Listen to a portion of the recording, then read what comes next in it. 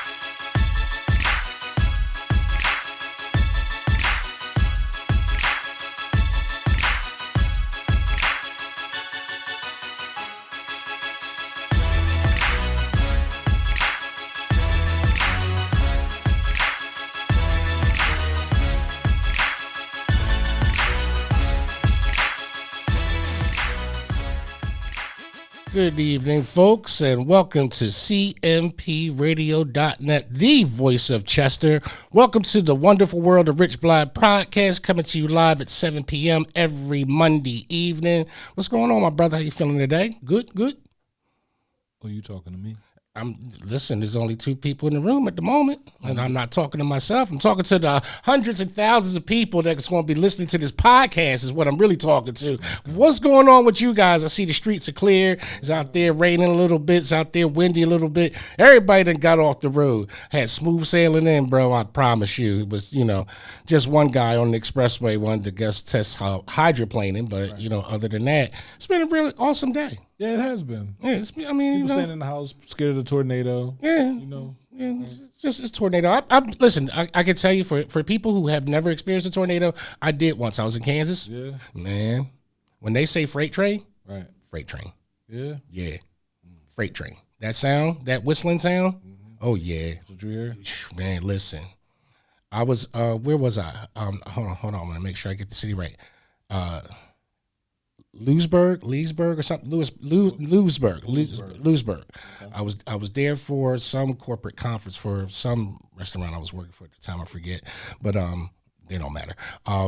But we were out there, and we were having cocktails and everything. And the next thing you know, they said, hey, there's a tornado coming, and they took us downstairs to the basement into this like shelter area. Like it wasn't closed off or whatever. But when that thing came whistling above the head, you heard it, you felt it, and then after it was over, everybody kept drinking. Yeah. It happens. Normal. Nature. Yeah. We'll see. But everybody do be careful. I hope and pray that nothing happens significantly with this storm, not belittling the storm or anybody's apprehensions and fears of it. Please be careful. Pray, especially for our elderly, stuff like that or whatever. We need to make sure that we're positively reinforcing times of imminent natural crises like this and letting people know that we do absolutely care. So please stay safe. Oh, it's been a wonderful week, bro. Lots of interesting stuff going on all across the nation and the world and in cities and stuff like that. We got something coming up that I want to talk about real quick before we get into the segment. CMP Radio presents DJ Darrell. DJ Darrell. It's all love rated R&B. Yes. Saturday, March 21st at the Harris Philly Casino, hosted by the at Johnny May _ experience with special guest DJ Sade _85. Okay. If you have not gotten your ticket, have not received tickets, or you wish to purchase tickets, please go to Eventbrite. All that information is under the CMPRadio.net on Eventbrite. And please look on our website. Please look at our Facebook post for this exciting event. I will absolutely be there at the door. Greeting all you wonderful people of Chester, Delaware, New Jersey, Philly, and all points in between. This is going to be a very great time. And I mean a really great time. And we're looking forward to having you in the building. Okay? So Before we get into that, I just want to talk to you about the Upper Darby American Legion Post 214 Vietnam Veterans Day brunch from 9 to 1. All vets eat free. All others pay $10, and that is Saturday, March the 28th. Okay? Please support your American Legions wherever you live. Make sure that you support your veterans, especially during this time of global warfare that we are experiencing. We're going to have some new veterans that are going to come home one way or another, and we'll discuss that later on in the podcast. So let's be sure that we support our American Legions and our VFWs wherever they might be inside of Delco. It's very important that our soldiers understand that the Americanism in us is supported by the patriotism for their sacrifice, for their service. Okay, and we'll talk about that a little bit later. One more thing that I want to talk about before we get into the segment. I know this is just some little advertising that I wanted to do, but these were things that were on my mind all day today. And what was on my mind today is that Chester City Autism Acceptance Day is April the 11th of this year. The rain date is April 18th. It'll be at Memorial Park at 2401 West 9th Street in Chester, and that runs from 10 to 2. That is also on our website. That is also on our Facebook. That is also, let me say that again, Chester City Autism Acceptance Day, April 11th. The rain date is April the 18th at Memorial Park, 2401 West 9th Street in Chester from 10 to 2. It is it's open to the public. You do have to register. There is a place for you to register, and that is at mygiftedchild@myyahoo.com. When I saw it on the flyer, it was all in caps. So I'm going to say put it all in caps. If it comes back, then you can do it the way that you need to get it done for this exciting event. I plan on talking to my daughter and seeing if we can get her signed up and have a day with Maya Leia and come up here to Chester and see what's going on with that. And I think that should be some really great fun.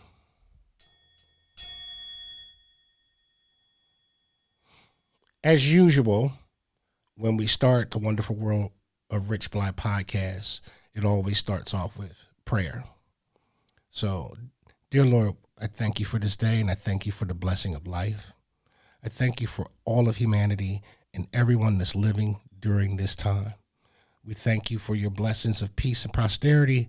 We thank you for even the troubles that we may have, so that way we can persevere and climb to bigger heights, so that way we can persevere. So climbing to bigger heights will cause us to be successful. We understand trials and tribulations. Dear Lord, I thank you for the friends and the family that have been in my life during this time. And I thank you for each and every person that has reached out to me personally to ensure that everything is well with me and my family, and I thank you for that. Lord, give us all of the sense and the knowledge and the wisdom in order to understand what's going to be conveyed today. I know that some of the words and letters on a page can make things very sensitive for people, but give them an open heart and an open mind just to hear from someone who has a careful observation that's based upon fact and truth. All these things I ask in your name. Amen. Scripture reading for today is Proverbs 21, the entire chapter. The Lord controls wise and foolish people. Proverbs 21. The king's heart is in the hand of the Lord, as the rivers of water. He turneth it whatsoever he will. Every way of a man is right in his own eyes, but the Lord pondereth the hearts. To do justice and judgment is more acceptable to the Lord than sacrifice. A high look and a proud heart, and the plowing of the wicked is sin. The thoughts of the diligent tend only to plenteousness, but of everyone that is hasty only to want. The getting of treasures by a lying tongue is a vanity tossed to and fro of them that seek death. The robbery of the wicked shall destroy them, because they refuse to do judgment. The way of man is froward and strange, but as for the pure, his work is right. It is better to dwell in a corner of the housetop than with a brawling woman in a wide house. The soul of the wicked desireth evil. His neighbor findeth no favor in his eyes. When the scorner is punished, the simple is made wise. And when the wise is instructed, he receiveth knowledge. The righteous man wisely considereth the house of the wicked, but God overthroweth the wicked for their wickedness. Whoso stoppeth his ears at the cry of the poor, he also shall cry himself, but shall not be heard. A gift in secret pacifieth anger, and a reward in the bosom strong wrath. It is joy to the just to do judgment, but destruction shall be to the workers of iniquity. The man that wandereth out of the way of understanding shall remain in the congregation of the dead. He that loveth pleasure shall be a poor man. He that loveth wine and oil shall not be rich. The wicked shall be a ransom for the righteous, and the transgressor for the upright. It is better to dwell in the wilderness than with the contentious and angry woman. There is treasure to be desired and oil in the dwelling of the wise, but a foolish man spendeth it up. He that followeth after righteousness and mercy findeth life, righteousness and honor. A wise man scaleth the city of the mighty, and casteth down the strength of the confidence thereof. Whoso keepeth his mouth and his tongue keepeth his soul from trouble.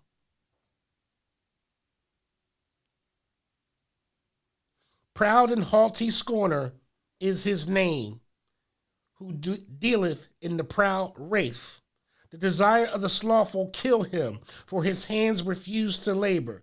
He coveteth greedily all day long, but the righteous giveth and spareth not. The sacrifice of the wicked is abomination. How much more when he bringeth it with a wicked mind? A false witness shall perish, but the man that heareth speaketh constantly.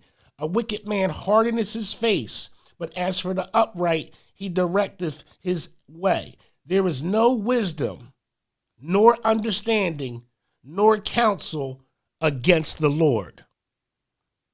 The horse is prepared against the day of battle, but safety is of the Lord.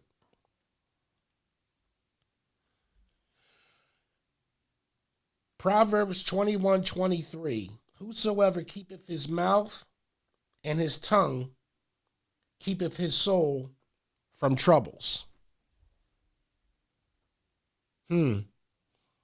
Sounds like mind your business.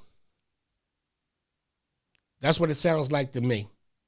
Like I said, again, I'm not a minister. I'm not a preacher. I don't have letters in front of my name, behind my name. That's not what I'm here for. I'm not here for none of that. I'm here to basically break some things down to some very simple terms, to some readings that you probably heard when you were younger and probably don't get it until now, until it's broken down by the way that I say it. And that's not preaching. That's just me making a careful observation and just bringing back some truth. Whoso keepeth his mouth and his tongue keepeth his soul from troubles. Gossiping. You know, there's a lot of men out here who do a lot of gossiping.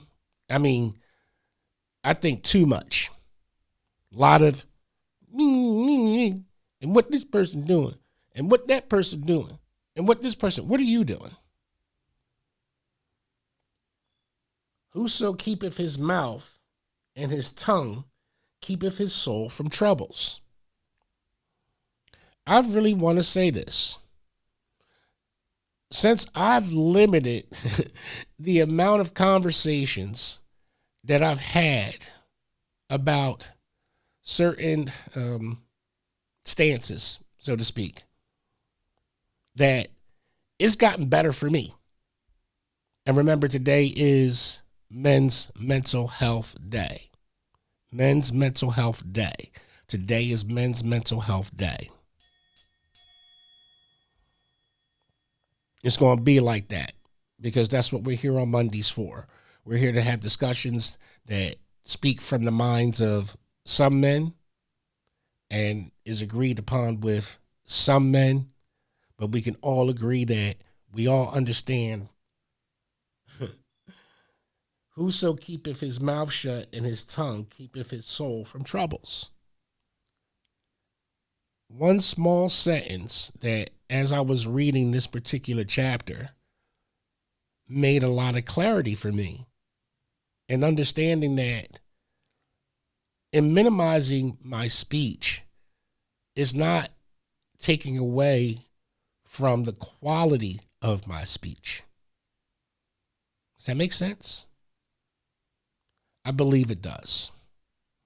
The reason why I say that I believe that it makes sense is that there were times in the past with the many different stances that had to be taken, there had to be more energy directed in a certain way. So it was kind of a requirement that I spoke more frequently. Now that it's evidenced that there are people who you have selected as your leaders, who you have selected as the people who are qualified to speak, now that they've, ramped up their efforts to be more visible, to have more of a presence with social media and be able to speak in the camera without a teleprompter, I just want to say this. For anyone that gets into broadcasting, the thing that you have to do is, and I'm going to give you like broadcasting 101. Broadcasting 101, if you're going to do a podcast, right, you have to look for a space, and maybe something's there, maybe nothing there, and look at that space. You have to command your presence upwardly.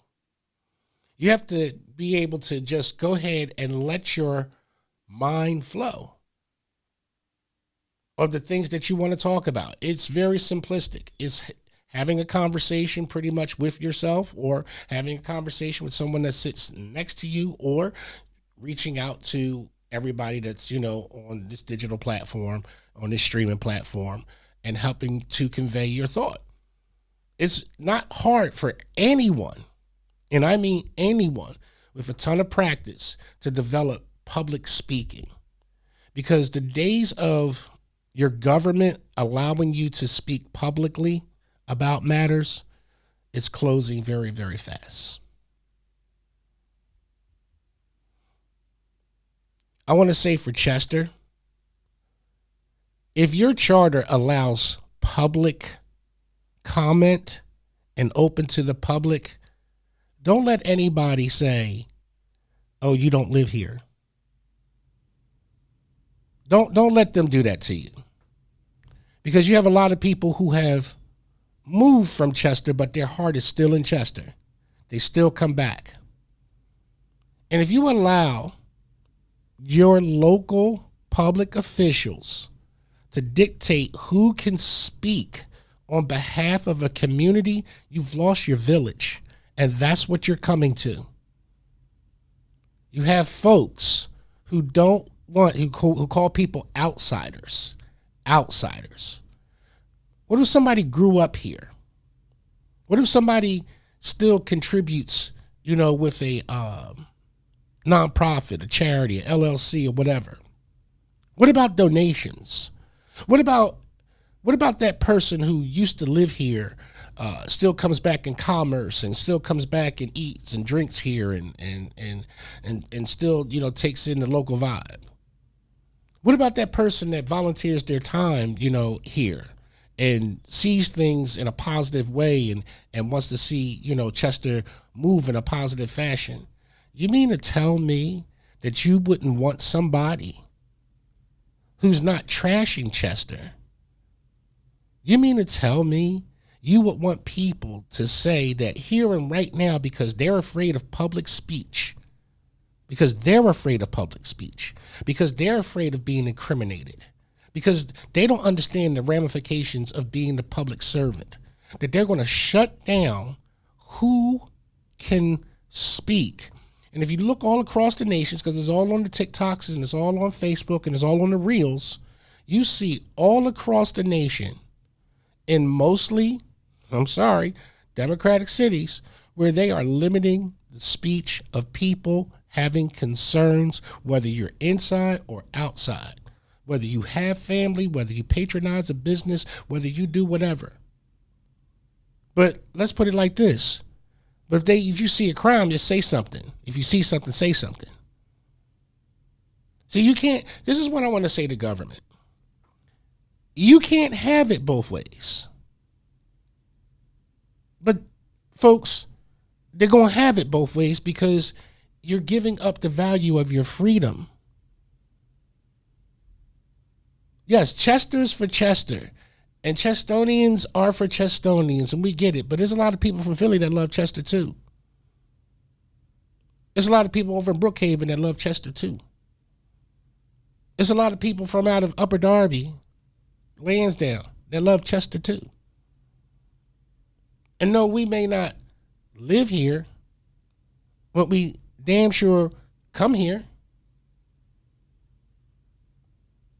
So I don't see what the problem is when you have public officials who want to give you ordinances and tell you who can speak. Case in point, at that LNG hearing that happened several weeks ago, when you had a particular union drowning out and, drunkenly shouting down people who came there to talk about, in opposition of this plan with liquid natural gas. And you have people who decided to do the same thing that they've done in Upper Darby Township. Whenever people want to speak freely about a concern, that they bring in people like it's gangs in New York. We've seen the video. We've seen the footage. It's not cute to get grown men liquored up and have them come to meetings to disrupt people who want to speak, but then turn around and make issuances for decorum inside of your chambers and expect people to act a certain way who are frustrated or upset and come to redress their concerns the way that is guaranteed by the Constitution, by the Pennsylvania Constitution, and by home rule charters. Folks, I'm telling you very plainly, please do not let your for now governments, your for now people, take away the ability of future generations to be able to redress their concerns. Because that's what's happening in Upper Darby Township now. In Upper Darby Township, they wish to restrict public comment. And it's so bad. It's so bad that it's setting precedents. And when this lawsuit, which is happening against Upper Darby Township, brought to you by radical Republicans, and we're going to get into that, so stay with me. But we're going to get into it because I got to do a lead up, because I'm not going to just sit up here, KKK, Republicans, Democrats, and jump into how you guys traditionally understand about these factions. We're going to talk about why this is happening. And it always starts with freedom of speech. They have to restrict your speech, folks. They have to shut off avenues of any dissent. They call it discord. It's not discord. It's dissent. We don't agree. We're not violent in our disagreement. We may debate you with passion, but that's what it's supposed to be. People say it's not debatable. Everything is debatable. We got Marvel versus DC. We got man versus woman. We got man versus the bear. You know, there's always a versus. So everything is debatable. We debate music. We debate food. We debate different teams. We debate different quarterbacks, different eras. We are debatable as human beings. It's a part of the human psyche to be debatable. But it's the character of your debate, whether or not that you can break through another person's dissent. When someone's dissenting from you, it's based upon their own personal experience. And what we have a lot of times right now with our local governments are younger people telling you how you're going to live better, but the things that they're campaigning for and lobbying for will not affect you, especially some of the elderly, and especially some of the black men. It will not affect you. When I say will not affect you, it will not benefit you. It's not for you. So you have to be careful for what side you stand for, and you have to be careful the way that they speak about it in a roundabout way. To generalize that everybody's doing it or everybody's for it is a fallacy. It's an outright lie. In order for you to understand that, you have to watch these meetings. If you cannot go to a meeting, in your township, in your city, it is on YouTube. Upper Darby has the PEG TV network deal, what they got with Comcast or whatever they doing over there. But the meetings are broadcasts. And you need to contact your public officials if you have a concern. And I mean, contact them. There should be a flood of emails asking why your local government wants to prohibit speech. Now, I get it that there's a lot of hate right now, and people don't want to hear what the other person is saying. But this isn't about you for right now. This is about 50 years from now. When somebody needs to come up and stand before the government about a concern because they have the vision, the drive to do something at a time in the future, and they're going to be denied the right to speak. This could be your child, your grandchild. They're going to be denied the right to speak for whatever reason. You have 5 to 11 people that sit like a tribunal in your townships, in your cities, in your municipalities, who are allowing these solicitors to dictate the law based upon an opinion of the Constitution. They're being crafty with it.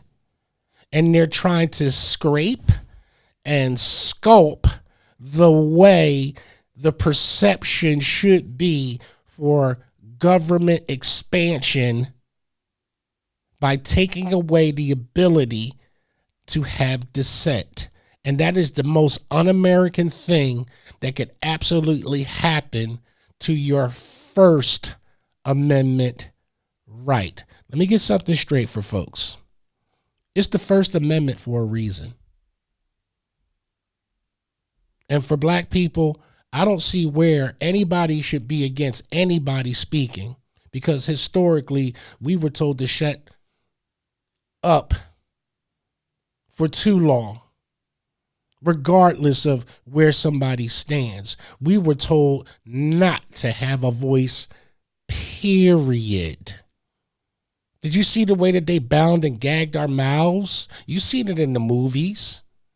To keep someone from speaking to the other slave, to keep them from communicating in their own language, to keep them from conversing and giving up hints and letting people know and making them aware. We come from that. Being told to shut up boy, shut up gal. Worse things than that. Now, all of a sudden, because we don't like what people have to say about this and say about that, it's important to shut down speech. But you got AI running subversive algorithms, fooling your mind that you're not vetting the information to, but a real live human is coming up to a microphone to speak their piece, which is an American right. It's not a Democrat right. It's not against or for democracy. It's not a Republican right. It's a human right. And folks, you got problems with it. You do. Folks, you got problems with it. And that's what I'm trying to understand. What is our problem with speaking freely? Well, let's get right to it. Because you have to be careful what you wish for in this time of war. I said this several weeks ago, the last time that I spoke, last year, as a matter of fact, at an Upper Darby Council meeting. At an Upper Darby Council meeting, I said this: we are at war. Be careful for what you ask for in a time of war. I'm sorry that it came out that way, but that's what I was told to say, and I said it, and look where we're at. Look where we're at. If you don't believe that this is a war, that this is just, airstrikes or whatever, no. I cannot speak to anything that's going on with my family members who are enlisted and as to where they are in the world right now, but Godspeed and God bless them, and pray for my family members as well as yours in this time of war. We've already had some flag draped caskets come back.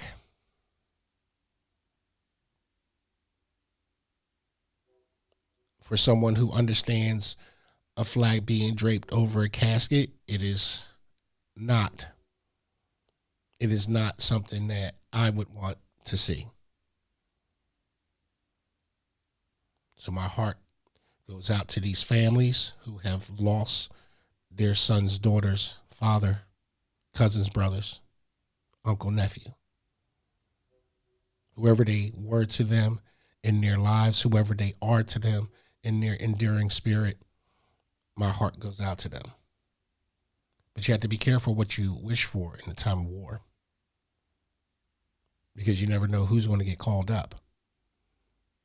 And during these times when we have Americans who are in our military, it's necessary for us to be more patriotic than what I'm seeing right now.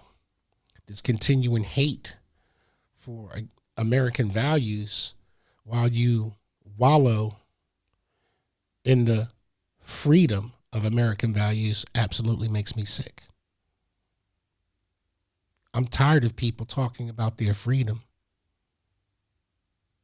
and you think that you earned that, or that this is your right. Yes, freedom is a right, but it's also a privilege. That privilege is paid for in blood,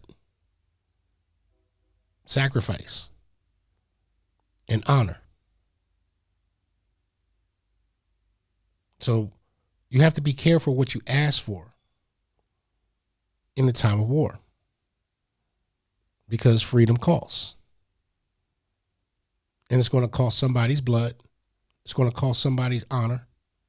And it's going to cost, while some people get to celebrate that freedom, someone's going to have to bury a son or daughter or a father or uncle or cousin or nephew or niece. So let's ever be mindful when you're spewing the hate for this country. When you're spewing the hate for this country, remember that you live in this land of the free because of what's happening. That people have to take these orders because they volunteered to take an oath. Stop asking our men and women to go against their training. Stop asking them that. Stop putting that out there that they need to turn on their orders and not follow them. Our children, our grandchildren are not listening to you. The ones that serve in the military, they're not listening to you. They know what they signed up for. So you could just stop talking about it because it's not necessary. They have a job to do. And they swore an oath to do it. And they're going to execute that oath because that's what they do. So be careful what you wish for in war, because that's what it takes. Folks, there are meetings coming up all this week. County council, your local municipal, city, township councils. If anyone is trying to prohibit freedom of speech, you need to get there and voice your opinion in earnest.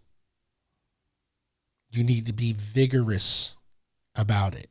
See, when people read the Constitution and they read what it means, vigorous discord, you can raise your voice. That's why most of these buildings are designed with a round rotunda shape. So it's an echo chamber so that your voice can reverberate off those walls and hopefully hit their moral center. This is why when a lot of townships, municipalities, and other government or school boards do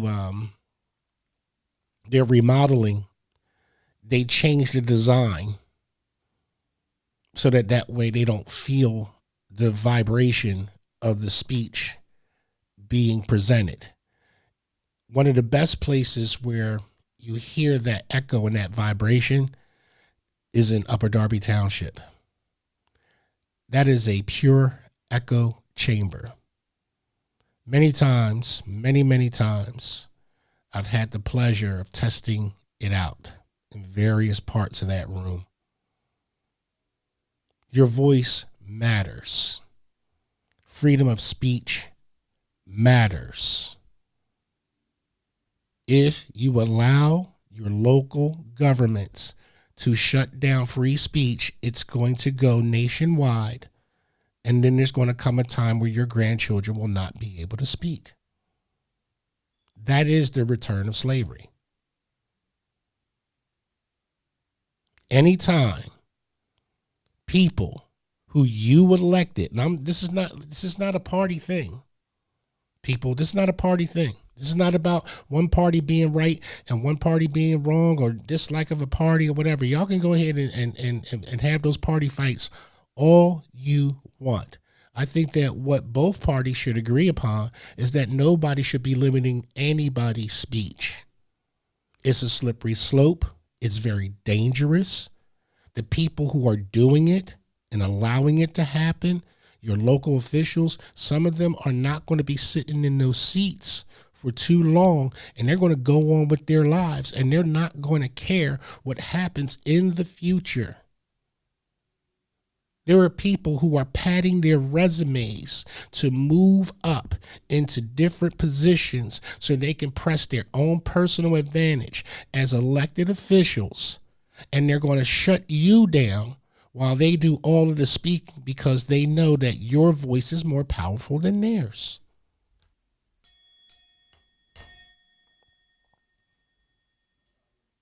This is why they don't want certain people to speak. This is why they don't want the radio station, the cmpradio.net. They don't want the popularity of the people to always be ever present on the minds of people. They don't want that.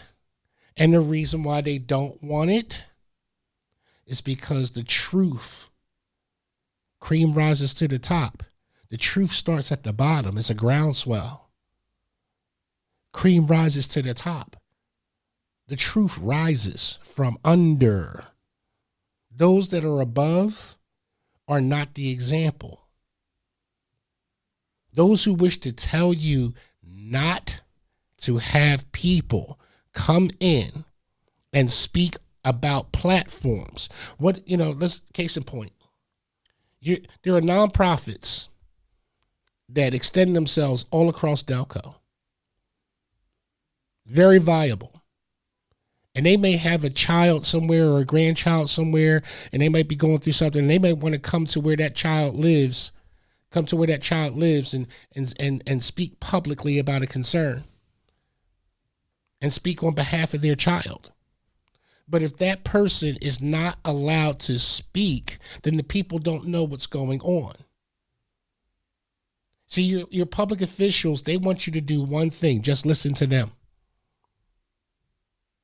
You're going to see that this weekend. You'll see that this weekend at an event this Saturday. It'll be the public official doing all of the talking.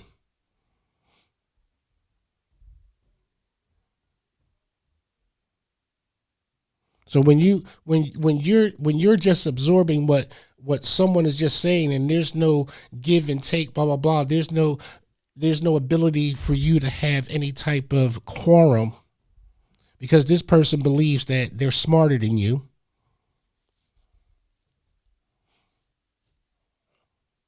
There's the other part of the problem. The smartest man in the room is supposed to leave, which is why a lot of times when people see me, I go there, I stay for as long as I need to, and then I get out.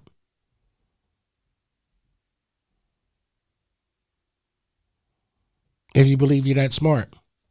It's not that I believe that I'm smarter than anybody else in the room. It's just that I've heard the same thing over and over and over and over and over and over and over again. The same things over and over again.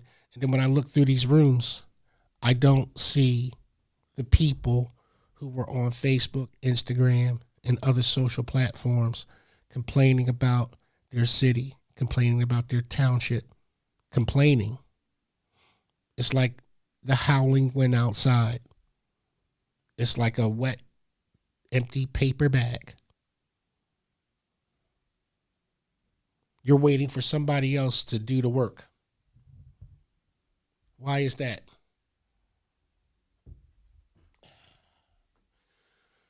Whew.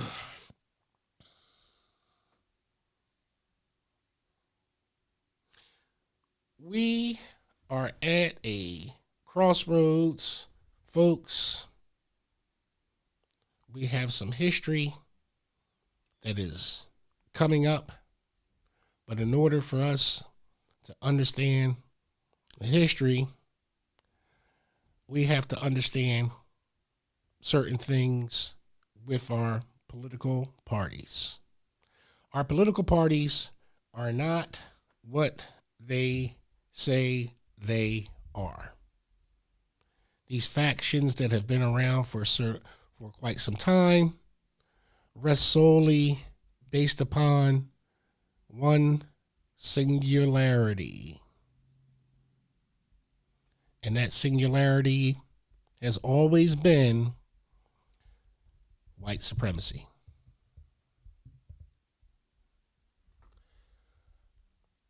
Democrats, Republicans, and the KKK. After the Civil War ended, the battle for America's future had only just begun. Freedom had been written into law, but whether that freedom would actually be protected depended upon the people holding power. And the factions fighting inside the nation's political parties were no different. The history of the Ku Klux Klan during Reconstruction cannot be understood by pretending that the political parties of that era were unified. Both major parties were made of coalitions, made up of competing factions with different visions for the country, and those internal divisions shaped how aggressively white supremacist violence was confronted. Stay with me, please. Let's start with the Republican Party. Inside the Republican Party, 3 major factions emerged. We have the Radical Republicans, which you hear a lot about right now. The Radical Republicans pushed the strongest civil rights policies the United States has ever seen at that time. Leaders like Thaddeus Stevens and Charles Sumner demanded federal protection for black citizenship. They supported black voting rights and backed legislation such as the Enforcement Acts of 1870, 1871, and the Ku Klux Klan Act. Under President Ulysses S. Grant, these laws were used to arrest thousands of Klan members and deploy federal troops against organized terror networks that were attacking black voters and Republican officials across the South. Let's pause there for a second.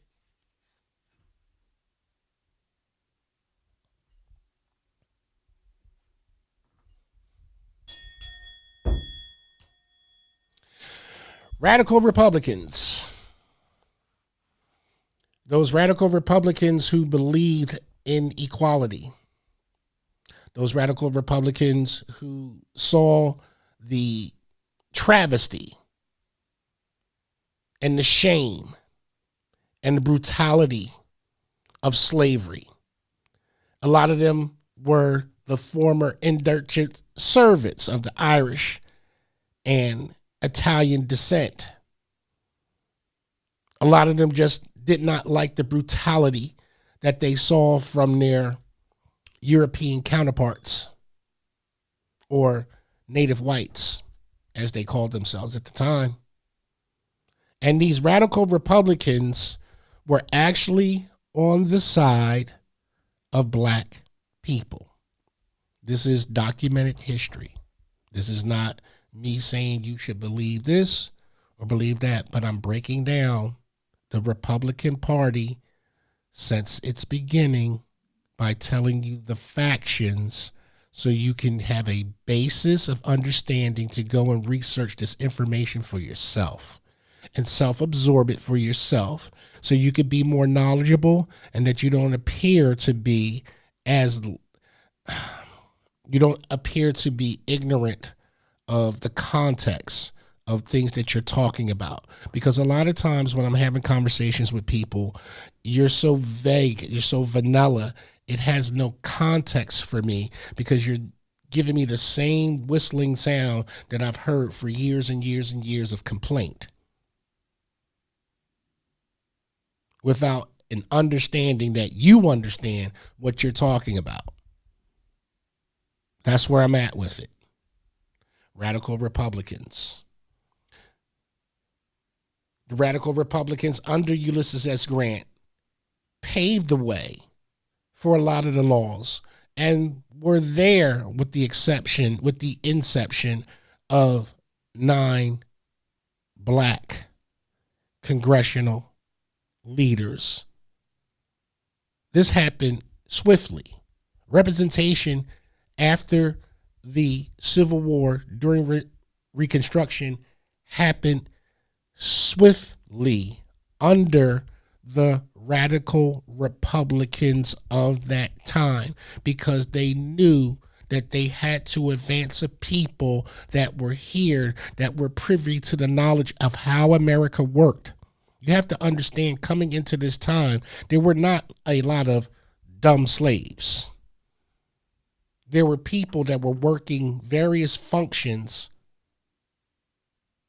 very, very well, but they just happened to be in bondage. There were people that were able to commerce on behalf of their masters and were very competent in doing it and understood the figuring and they understood the math, because the master couldn't be here or be there, so he had to send somebody else. And it was usually the more competent person that they entrusted that these things would be done the way that, as if they were, that person was representing themselves there. So there was an extension of that life force bubble to that person that was enslaved. But they learned a skill along the way.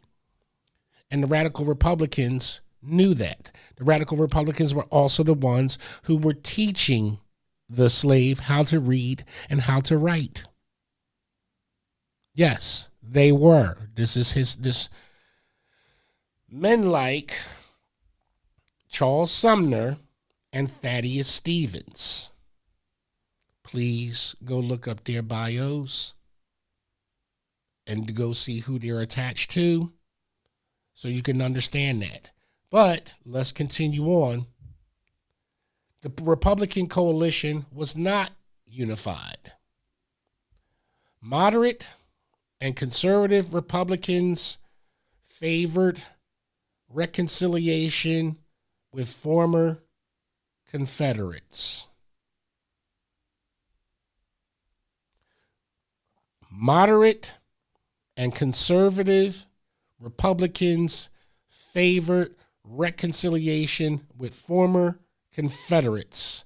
Many opposed long-term military occupation of the South and pushed for restoring local white political control. Their goal was national stability and reunion after the war, but in practice, this position weakened enforcement of the Reconstruction laws in many places. As a federal commitment declined, white supremacist violence resurged, and black political power became under increasing attack.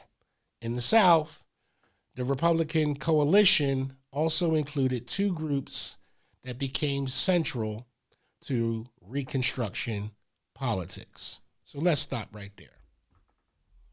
So far, we've identified 2 to 3 different groups on the Republican side. And based upon the historical content, because what I'm reading you is part of history, based upon historical content, it appears that with these factions, some people like things just the way that they is, and wanted to make sure that even though that there was a war fought, that they were still the people who were coming home back to their home and the way that it is, if you catch what I'm saying. So we have to understand that with these political parties that have, and the Republican Party hasn't gone anywhere since, the Civil War, and it's not, and the Democratic Party was created on the basis of slavery. We'll get into that. But both sides had a concern about their own well-being and political power and those new soon-to-be citizens who were mistreated for over 400 years. In the South, the Republican coalition also included 2 groups that became central to Reconstruction politics. Scallywags. Scallywags, just like it sounds, were the white Southerners who joined the Republican Party and supported Reconstruction governments. Many worked alongside black voters and office holders in new multiracial governments. However, they also often face intense intimidation and violence, and some eventually compromise with the local white power structures to survive politically or economically. If you don't understand what I'm saying, this is the story of Upper Darby Township.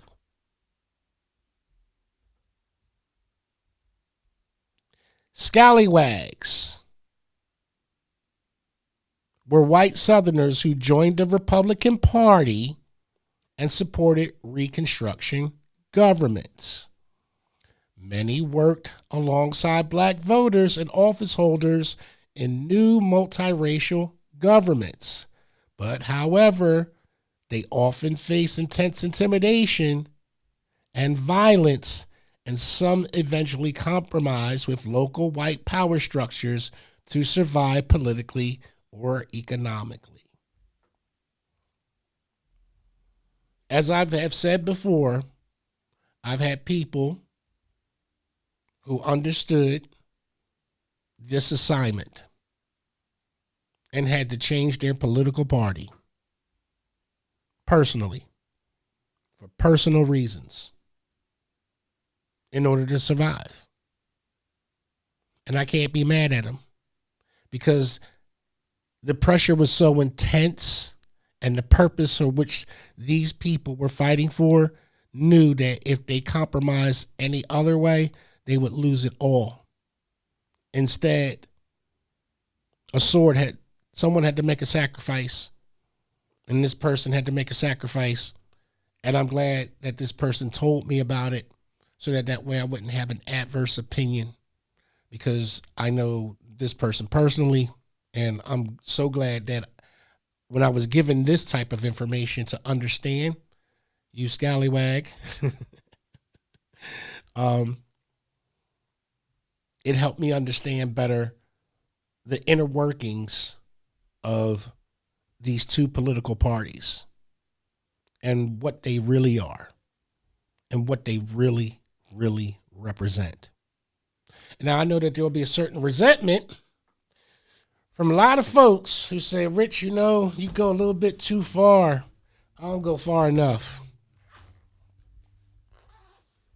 And if you stick with this program, I haven't even gotten started yet. It's just March. Imagine how I'm going to be in April, May, June. Let's get to my favorite type of Republican. My favorite. The carpetbaggers. Carpetbaggers were Northern Republicans who moved south during Reconstruction. Many supported the radical Reconstruction policies and black civil rights and helping build schools and governments and economic institutions. But a minority privatized economic opportunity or political stability and gradually withdrew with direct confrontation with Klan violence.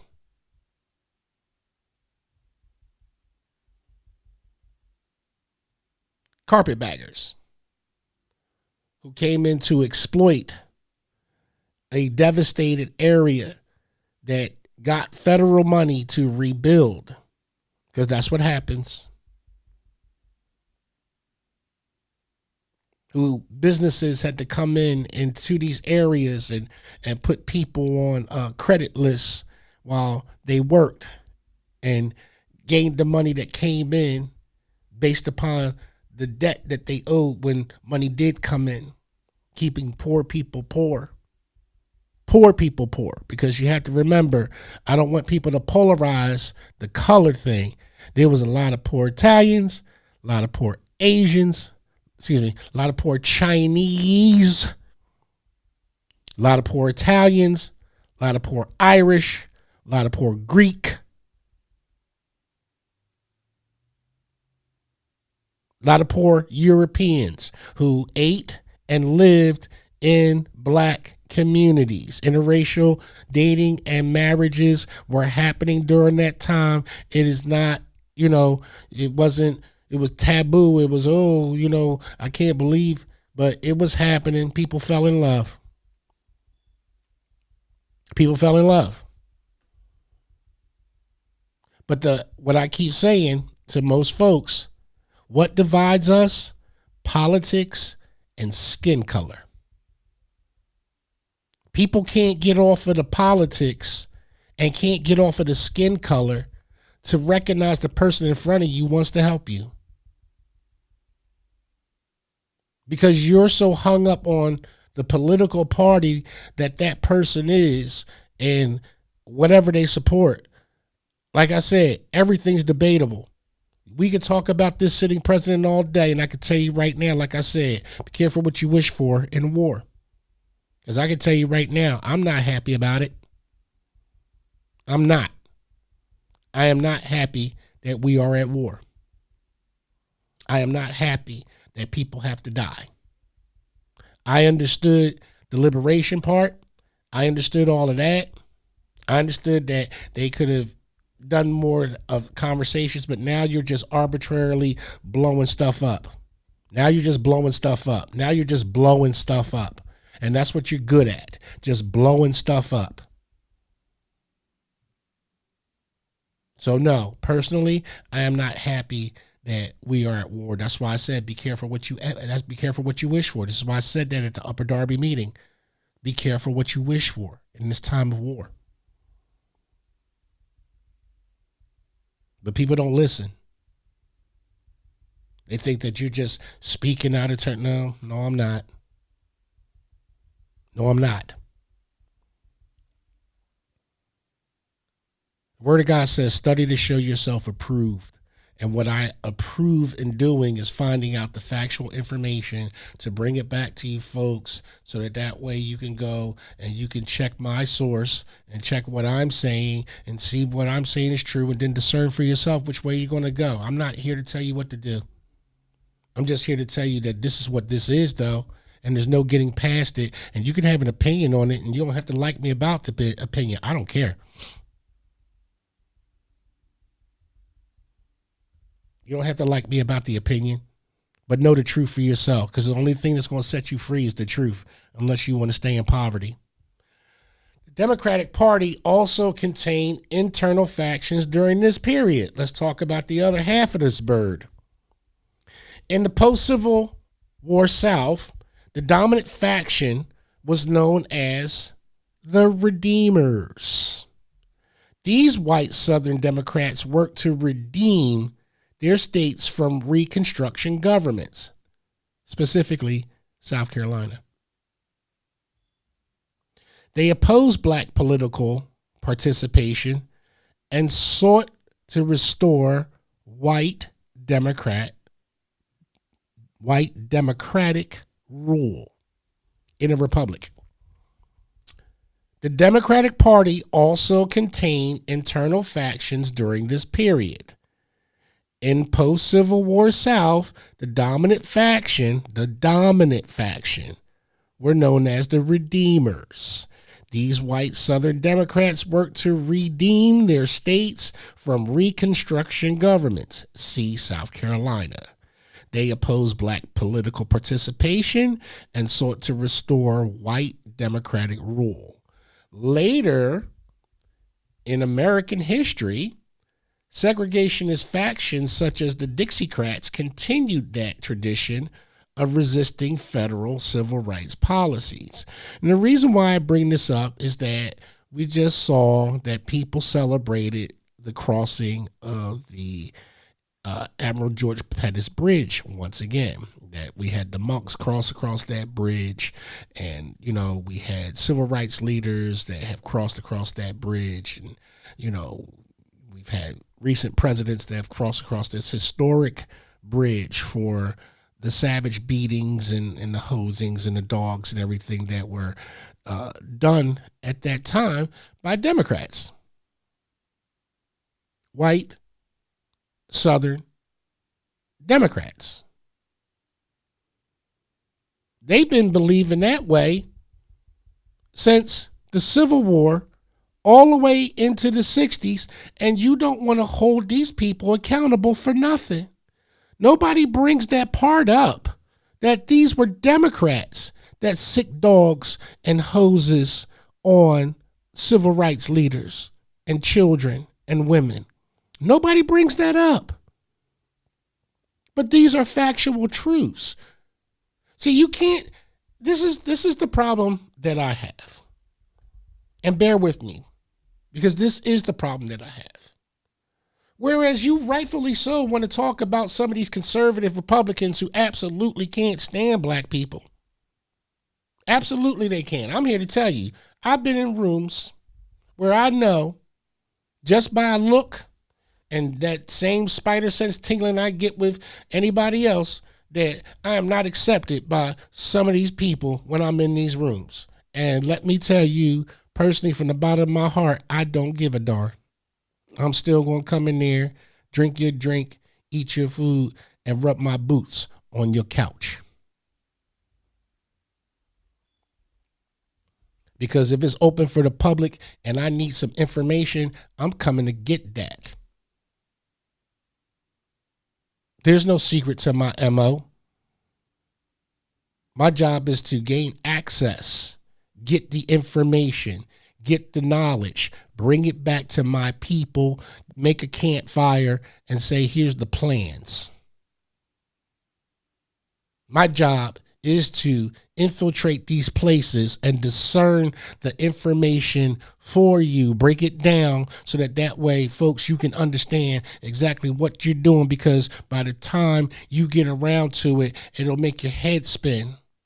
But for me, I got time. But let's finish talking about history, folks, because we want to conveniently leave people out of the equation and call people racist. You don't even know the depths and the levels of racism, but you're teaching your children the wrong way. You say Democrat good, Republican bad. Oh, no, no, no, no, no. Both sides. This is how order is maintained. Both sides. There's a balance. Remember, I keep talking about a balance? You keep, oh, you don't know what I'm talking about? I know what I'm talking about. The first Ku Klux Klan was primarily connected to ex-Confederate networks aligned with Redeemer politics. The violence targeted black voters, black office holders, and white Republicans who supported Reconstruction. Those Italian people, those Greek people, those Irish people who identify with us more than any, and the love for my Asian people, Wu-Tang forever.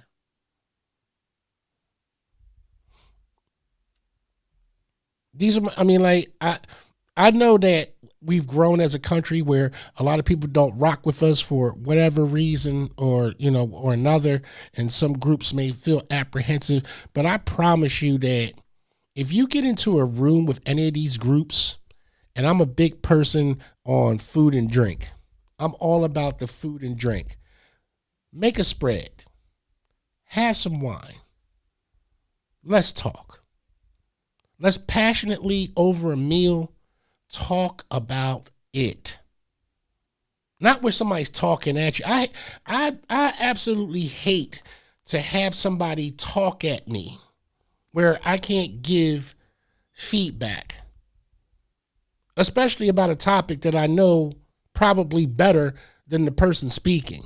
But again, it's all based upon the letters in front of your name, letters behind your name. And you're corny. Like you have no life. But the first Ku Klux Klan was primarily connected to ex-Confederate networks aligned with Redeemer politics. Its violence targeted black voters, black office holders, and white Republicans who supported Reconstruction. But the broader historical reality is this. The success of Klan terror did not depend only on those who carried out the attacks. It depended upon political divisions and weakening enforcement of civil rights laws. Reconstruction collapsed because organized white supremacist violence attacked black citizenship, and because factions within the national government eventually chose compromise and reconciliation over the protection of the rights of freed people. When the federal enforcement ended in 1877, the door opened for the rise of Jim Crow and nearly a century of legalized racial segregation. The deeper lesson from Reconstruction is clear. Political parties are not fixed moral institutions. They are coalitions of factions competing for power. The true measure of a government is not the name of the party in charge, it's in which rights it protects and whether it has the courage to enforce them. I'm on several pages all across Facebook, but I primarily stay in these conservative brackets because it's just funny to me how I see how certain white European people present themselves and speak very freely about their thoughts and how they feel about you, how they feel about us, how they feel about me.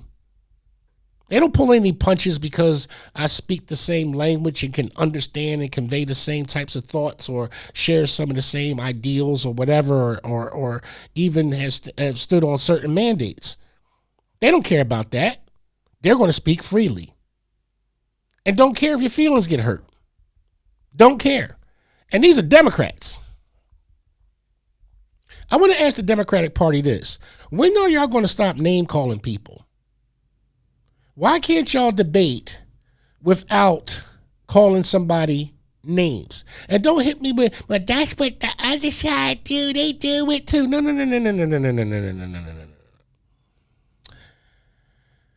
I saw on a post, and I knew that once I responded that it was going to get shut down pretty quick, where they had put the ER on the end of MAGA. And people thought it was funny. And, you know, ha, he. But the way that I see it is that here is still somebody using and weaponizing a derogatory slur against black skin or a perceived stereotype about a particular hue of people and exploiting an advantage to be racist by using this term, the MAGA, with the ER. Now, like I said, everybody has a right to their opinion. I've had conversations with some of these guys that have, who are flip Philly red, and, you know, they're about their agenda, what they're doing and how they're doing it, and God bless them. But I also let them know that I'm my own man. I make up my own mind, and that I've been there and done that with trying to convince people to see things a certain way and knowing that they're not going to do it. So now I don't waste my time. Knowing that the power structure inside of the GOP is still highly bigoted and very much based in the white supremacy that I'm talking about, that they do not want to stand next to black men and share their issues. They don't. Because if they did, then you would see more of it. But you don't. You see the same people who have stood with them over the years, but in this white supremacist structure of politics, you will not see someone who is a person of color as head of that party platform because there's money involved. Don't hate me, hate the game. I'm just speaking the truth. That's not my fault that I got some people who I know that are conservative Republicans. How you doing? But you know who I'm calling out because some of your friends are racist as hell.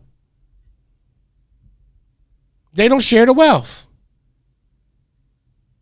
I don't have to say nobody by name unless you want me to. Delco.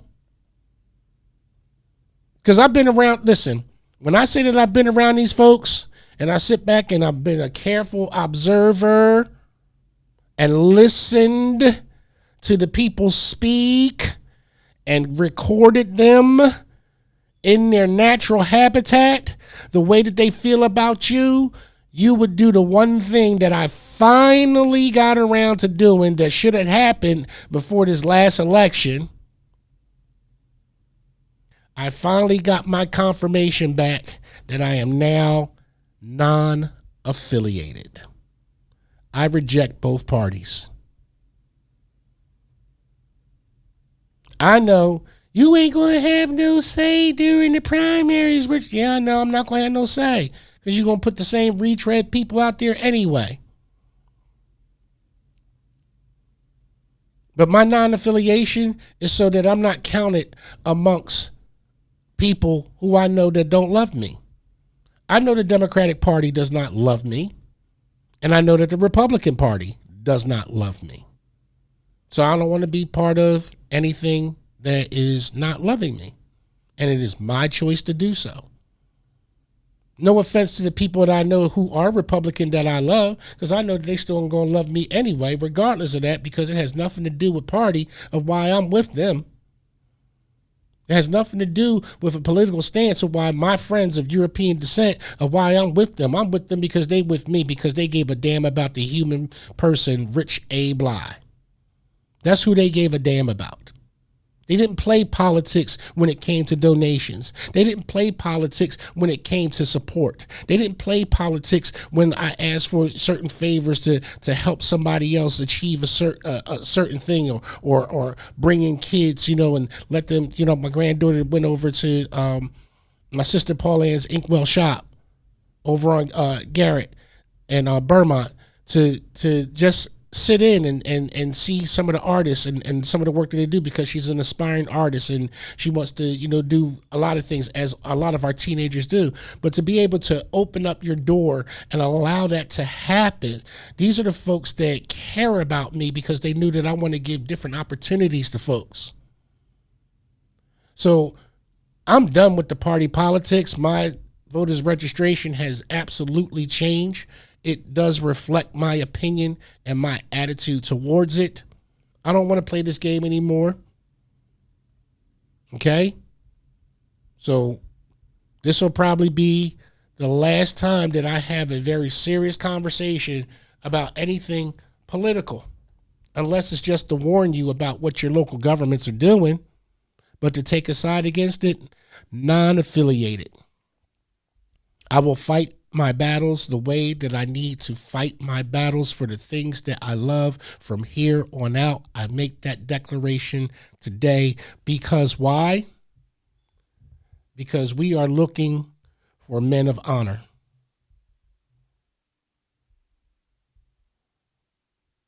We are. We're looking for men of honor.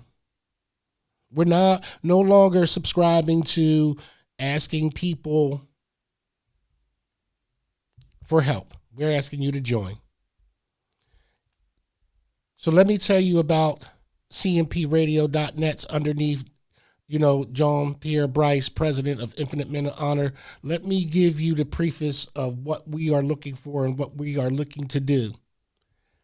The Infinite Men of Honor is a call for men to join.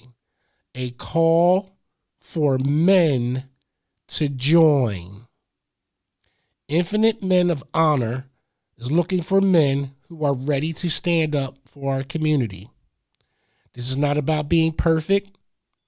This is not about being This is about being accountable, present, and committed to becoming better men for ourselves, our families, and our neighborhoods. We are men of honor. We are men who show up for our community. We are men who are willing to clean up the blocks we live on and the blocks that we walk through. So when you see some strange people on your block sometime this spring or summer, don't ask us what we doing, why you doing that. We're letting you know that we're not asking for your permission to come in and do what's right for and with our communities. We're not asking. We're not asking. We're telling you that the men of honor will be coming through your communities this spring and this summer to ensure that communities are rebuilt through our service and our love for our communities. We will be speaking as men. The time for weak men is over. The time of the simp is over. The time of the man that can't control their feelings, over.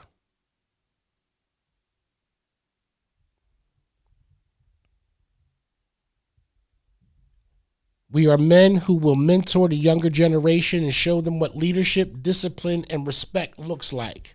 We are men who can look at our own mistakes, take accountability for our missteps, and correct them. We are men who believe that helping others become stronger strengthens our entire community. Through Infinite Men of Honor, we will focus on the following: community cleanups, taking pride in our neighborhoods; mentoring young men, guiding and supporting the next generation. That means we're going to see our young bulls where they are on the street and start talking to them. We're going to find out right then and there. We ain't going to roll up with them and say, come to this program and we're going to step to you right then and there. What's going on, man? What you got going on good for yourself? Are you working? What are you working through? Is there anything that we can help you with? Is there any guidance that we can give you?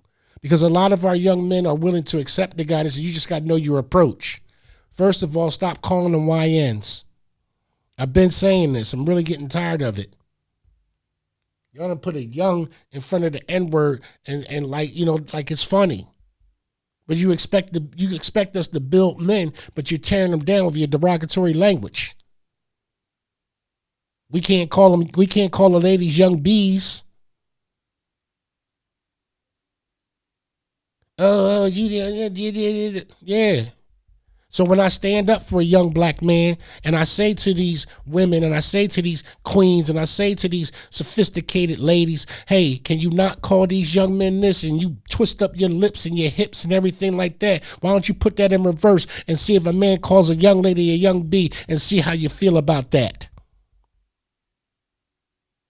But you're going to give me some type of excuse, I know, and I'm not listening to it. So there you go. Field trips, creating opportunities for growth and new experiences, brotherhood and accountability, holding ourselves and each other to a higher standard. If you believe men should stand up for their community, if you believe leadership starts with accountability, if you believe the next generation deserves guidance and positive examples, then we invite you to join Infinite Men of Honor. Be the example, be the leadership, be the change. If you are interested in joining, please reach out and become part of the Brotherhood committed to making our community stronger. Sincerely, John Pierre Bryce, President, Infinite Men of Honor, also on our page of cmpradio.net and elsewhere where we are streaming from our different platforms. Okay. Has anybody talked to you guys about, hold on, let's get this up here again. Let's lay this up here real quick.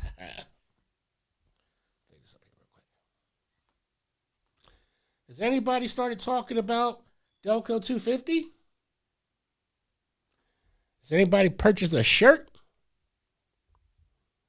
Does anybody know what we're celebrating and where? Does anybody have any programs going on that are non-government sponsored? I would love to know, because, again, please tag me in it. I want to see it. I have to go keep searching Delco 250 to see where, certain things are, and I see that they're all government, pretty much, inspired sites. So I'm looking to see if there's anything that's like, sponsored locally by our adoring public and making sure that we're doing some other things other than. Okay? Delco 250, folks. Don't forget. Delco 250 is to help celebrate the Constitution, the 250th anniversary of the signing in Philadelphia. There's a lot of different events that are upcoming that you'll probably be seeing on Facebook and the internet. That's all I can say about it.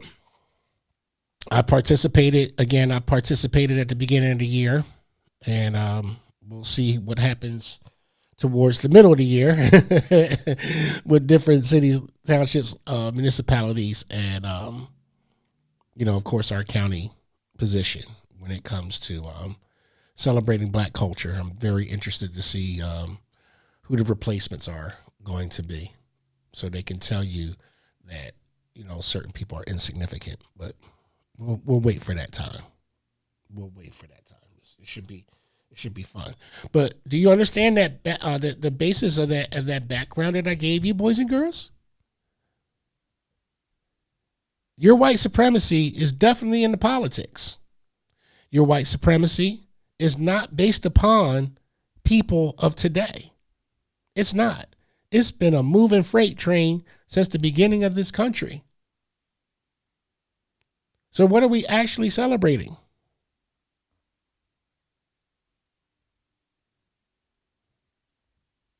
I know we're going to have to celebrate something. There's money to be made. Lots of money. And that's the mindset that I want to put everybody to. I'm not anti-government. I just don't, I just know the truth about it now. I just feel it in my bones that I should not be affiliated with either party. And when I got that in the mail, today, and I opened it up and I saw that NA not affiliated, that I went and did my re-registration and made sure that I do not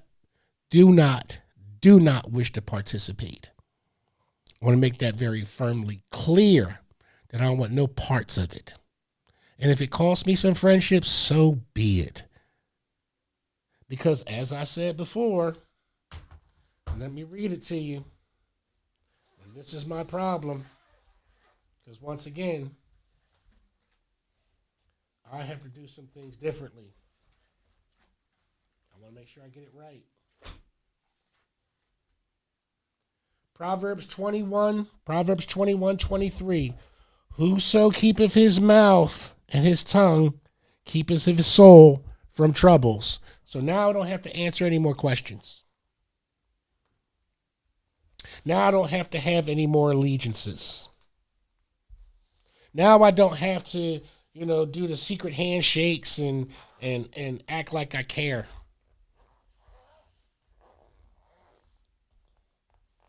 Because I understand the troubles. I understand what the bottom line is. I've seen it for years. I've dealt with it for months. And it quietly came to me today in the mail that this is where I'm supposed to be. And like I said, I know that I'm going to lose some friendships and some views, and some people are just going to be this, oh, Rich, you can't do that. Yes, I can. I think that everybody would feel much freer if we sent messages to both parties that we are disenchanted with both of them and give up the status to both of them. Then they would absolutely come crawling to you instead of pandering and lobbying. If they knew that they couldn't count on you, they would probably actually pay attention to you. But that's just my opinion. I know somebody going to say, but we get so much more when we part of the Democrats. We get so much more when we're part of the Republicans. And you get access to this based upon a political party. If I have to pledge allegiance to a political party in order to get something that's a basic human right, shut the door. If I have to be a part of a political party in order to receive a grant from my nonprofit, which is what the Democratic Party is doing right now in gatekeeping who gets grants on the state level, I don't want the grant. If I have to pledge allegiance to the Republican Party and trip over my own values based upon what the party line is nationally that I don't agree with, I don't want to do that, because you can't walk a mile in my shoes. And a lot of you over there on the conservative side, you're not coming into my community. You're never coming. You're never coming. And I know this. And it's time for people to stop being fooled. Because I thought I made some real friendships based upon some understandings of culture. And I see it was a one-way street. So yeah, I do call out both sides, folks. And then I walk it like I talk it, because I changed my voter registration. I refuse. I started off as a Democrat when I first started voting.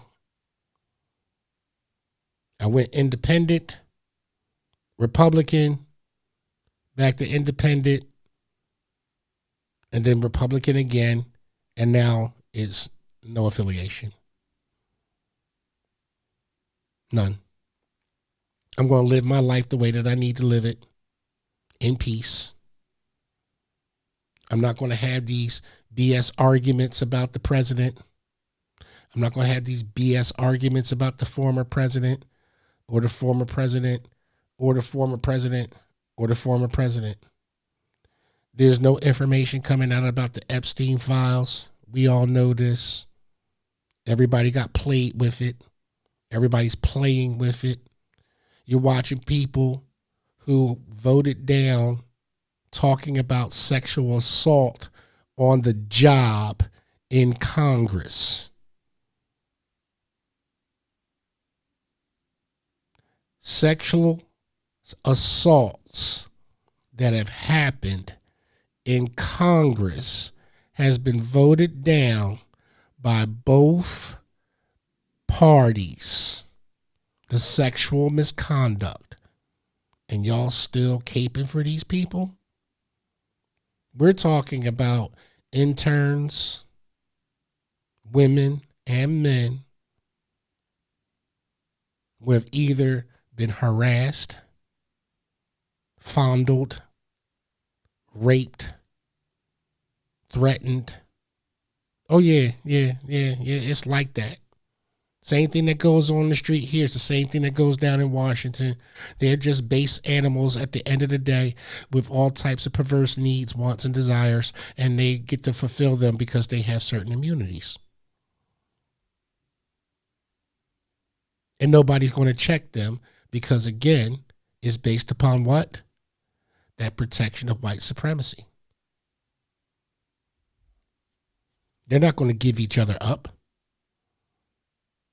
Why would the machine give each other up? You're not stopping to think about that.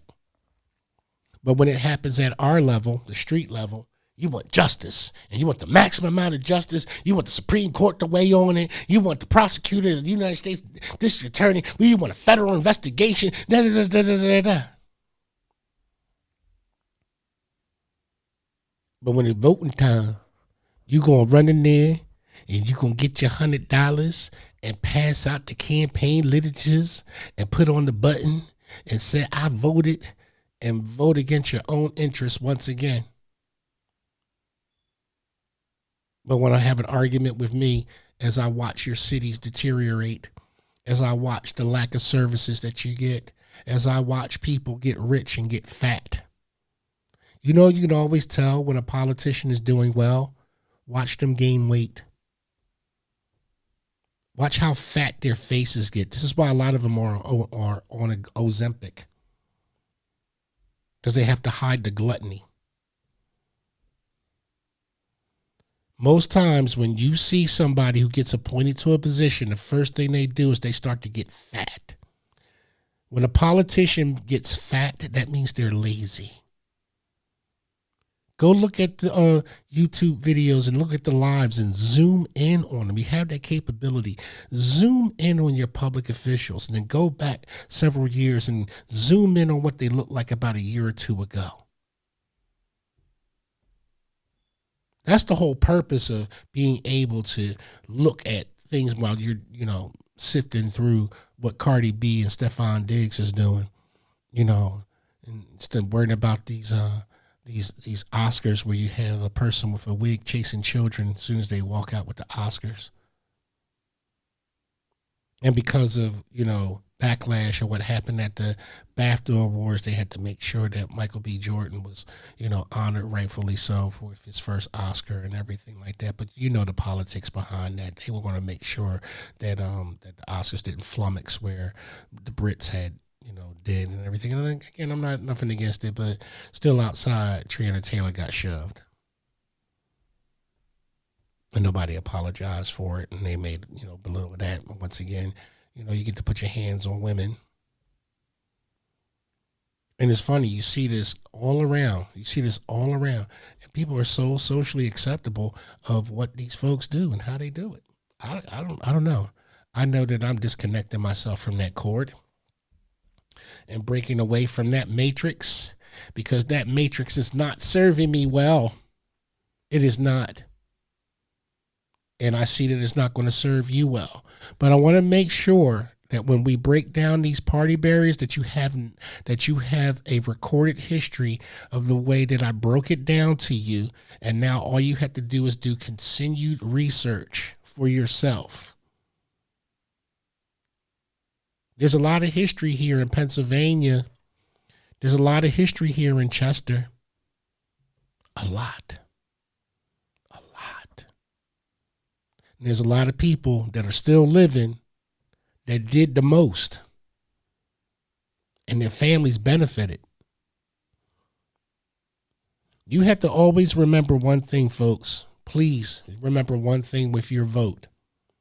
Who's getting something out of this? If you're not getting something out of your vote, then what are you voting for that person for? If you're not getting what that person promised, if your business sector is not improving, if your streets are not repaired, if there is no movement to ensure that the values of Chester are first and foremost from people who live and breathe Chester, why are you voting for them regardless of party? And please don't say Democrat good, Republican bad. You sound like Animal Farm to me, and I'm going to laugh in your face. Sorry. I don't care how old you are either. I'm going to laugh right in your face. I'm going to make you feel real stupid. Because that's the dumbest thing ever that I've ever heard out of anybody's mouth. Because. There's no such thing as because. What is the basis for you being part of a slave system if you continually complain about the slave system? That's what I woke up to when I opened up that mail, to detach myself from the slave system of doing things the way that everybody else is doing it. I don't want to do it. And I get it. Good. We don't need you. Hey, you never asked for me. What do you mean need? You don't need me? Okay. I know that. But there are plenty of other people out there who do need me. And not because of political party. There are plenty of other people out there who do want me. And not because of any type of physical attraction or anything like that, but because they know that I'm going to be a brother. Because they know that I'm going to be a helping hand. Because they know that I'm going to care. They know that I'm going to commit myself And I'm not saying these things in a prideful manner. I'm very humbled by the strength that God has given me to persevere at my age and help somebody else. I don't accept payment for the help that I give people. I don't put a price tag on it. I don't charge for my services either. I don't. Why?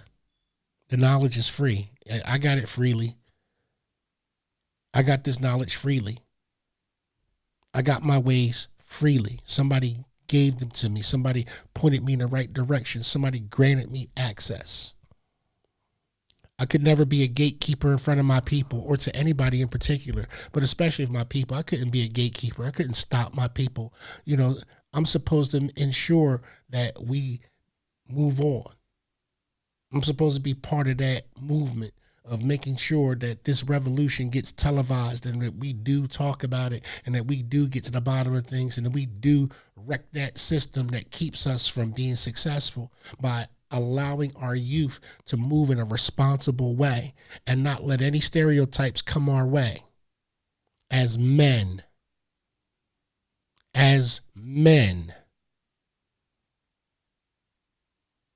we're supposed to speak boldly.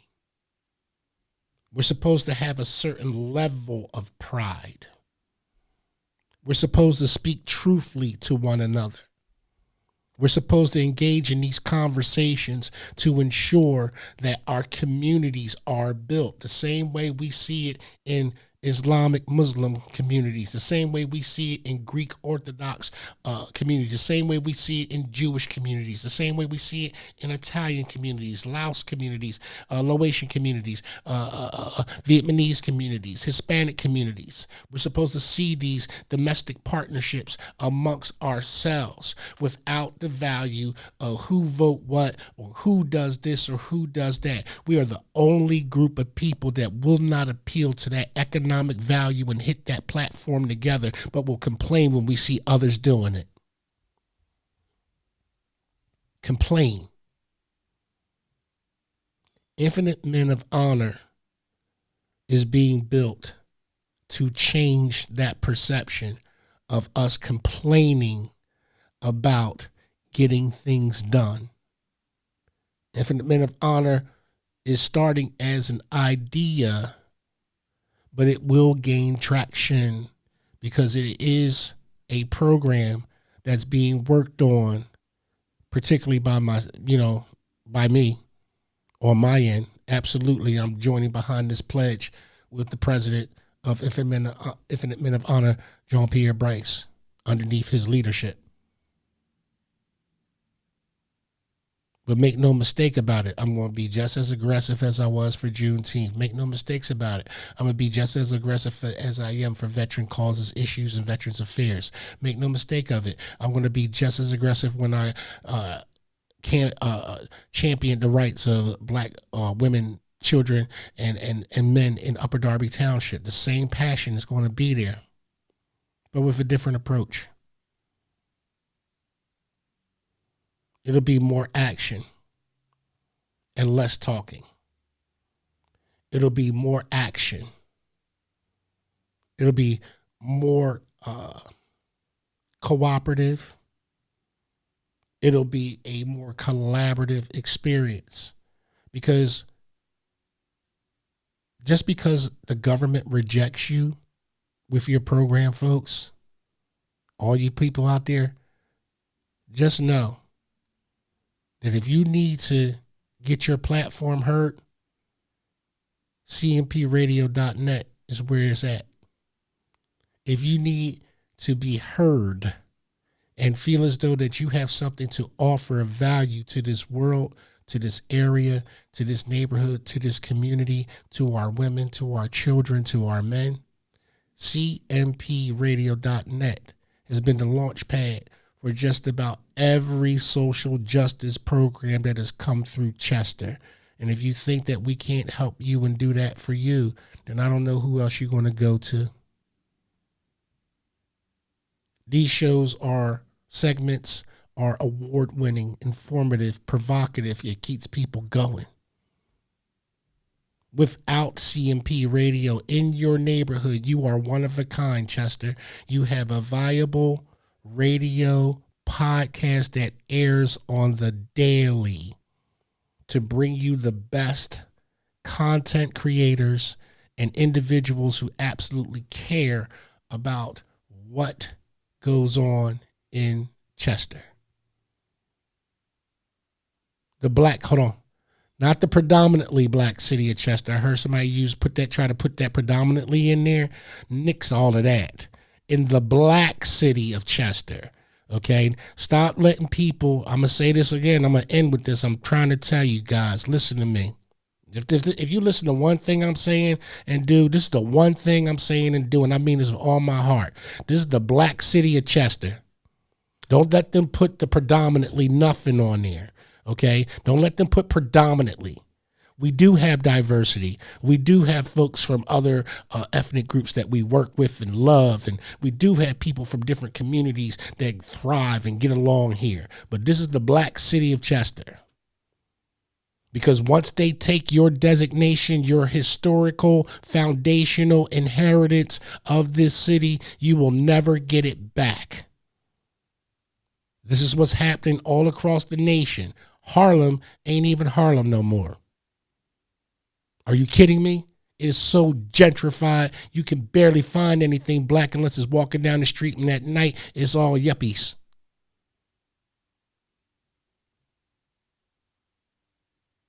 You better hold on and retain what your ancestors legally fought for and obtained here in Chester. It is your right to do so. No politician can put anything over top or change that dynamic. You are history-making people with a lot of icons here. Don't let nobody change that for you. I implore you on this one thing. On this one thing, if you listen to me carefully, do not let them take that title from you. This is the black city of Chester. The black city of Chester. Keep it.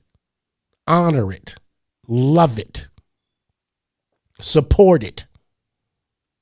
Campaign for it. Make sure your political leaders know that black people live here.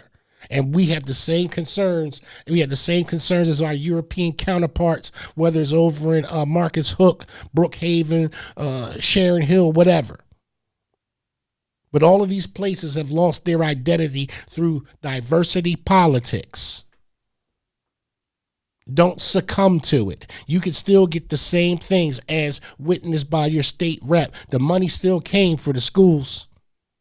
They ain't have to kick up nothing. They ain't have to turn up nothing. They ain't have to turn nothing over. They didn't have to put up no flags for other people's cultures and stuff like that. They went at the heart of the matter. The children need education, and the money needs to be green.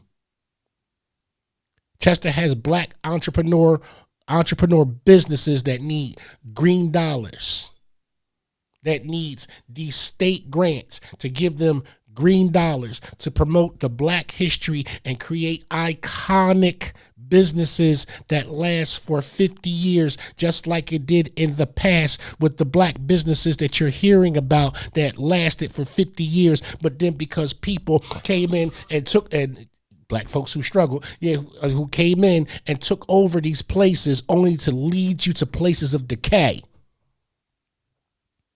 And we see it. So stop with the politics. Like I said, I'm now non-affiliated. Don't argue with me about party no more. I'm done. Done, bro. I'm done with it. Finished. Why? Both parties are based upon white supremacy, bro. Mm-hmm. Both of them. Both of them are based upon white supremacy, and I will not serve that master. Both of them. I understand. Other people go get the money. I know they're gonna give me nothing. I don't want it. Right. I don't want it. I don't want it, bro. Well, I've always thought that black people should have their own. Yeah, we should have our own party, but again, we have to establish this infinite men of honor in order to get to a code of conduct of how we need to treat ourselves to start having these conversations about making ourselves our own political power. and then getting other like-minded individuals to understand that we know that you're going to come into our circle and then run back to your masters and tell them what we're building to try to destroy us. We have to understand that when we deal with these people that come in, we already know what their intent is, and we blow it out of the water from the beginning. We can't play footsies with nobody. I don't see why we would. No, we're going to have to, bro, because you know how it is. Because we have already played footsie. We have already been gracious. We have already given liberties to others. Yep. If the liberties that are for us aren't available to us, our school districts, our communities, all of these things need to be built back up. Yep. We can't build them back up while we're staring at somebody over here living in a high rise, having all the money that they have and thinking that's what we need when we're down here living in squalor. Well, like you said, the whole principle is that we're flawed individuals that's already been down here anyway. So this is what they left us. Like you said, all we have to do is pick up the trash. That's it. All we have to do is clean the corners. That's it. All we have to do is establish dialogue with our community. All we have to do is stand and represent. All we have to do is fix up the houses. Yeah. All we have to do is put time and energy into your community. Yep. It's not going to be like anyone else. It's not going to look great right away, right? But we start now so that the next generation understands what they have to do. See, because right now, if we start now, what do we have to do? We have so many things we have to do. They killed our leaders. Yep. I'm not blaming this on any one person. So Not at all. don't think that when I get to speaking, I'm talking about any one person. I'm not. I'm just saying, look at your community. Look at your leaders. Look at the people that are in front of you right now. Do you think they would reach back behind themselves and hand you $50 if you really needed it? No. And that's enough for me. No. That's enough for me. Hold on. Let me stop this. My boy Jack Berlin and Patty Spellman. I'm going to say that about two people I know for real that have, I know I'm breaking protocol, guys, and you know I love you and why I'm saying this. But, yeah, these are two men that absolutely have, slipped me a 50 or two when I needed it. You know what I'm saying? And, it's always been that way because they're men of honor. You know what I mean? They knew that they couldn't come to the front lines, but they made sure that they supported the front line. And that's what we also need, because that's the part of what I'm talking about. We're going to break down this racial barrier at the same time and get people to understand that there are a lot of people going through the same type of struggle. And just because they live, in this type of neighborhood, they may not have no furniture in the house. You know what I mean? Just because they have the house and they're paying the mortgage because that's all that they got, that refrigerator is bare.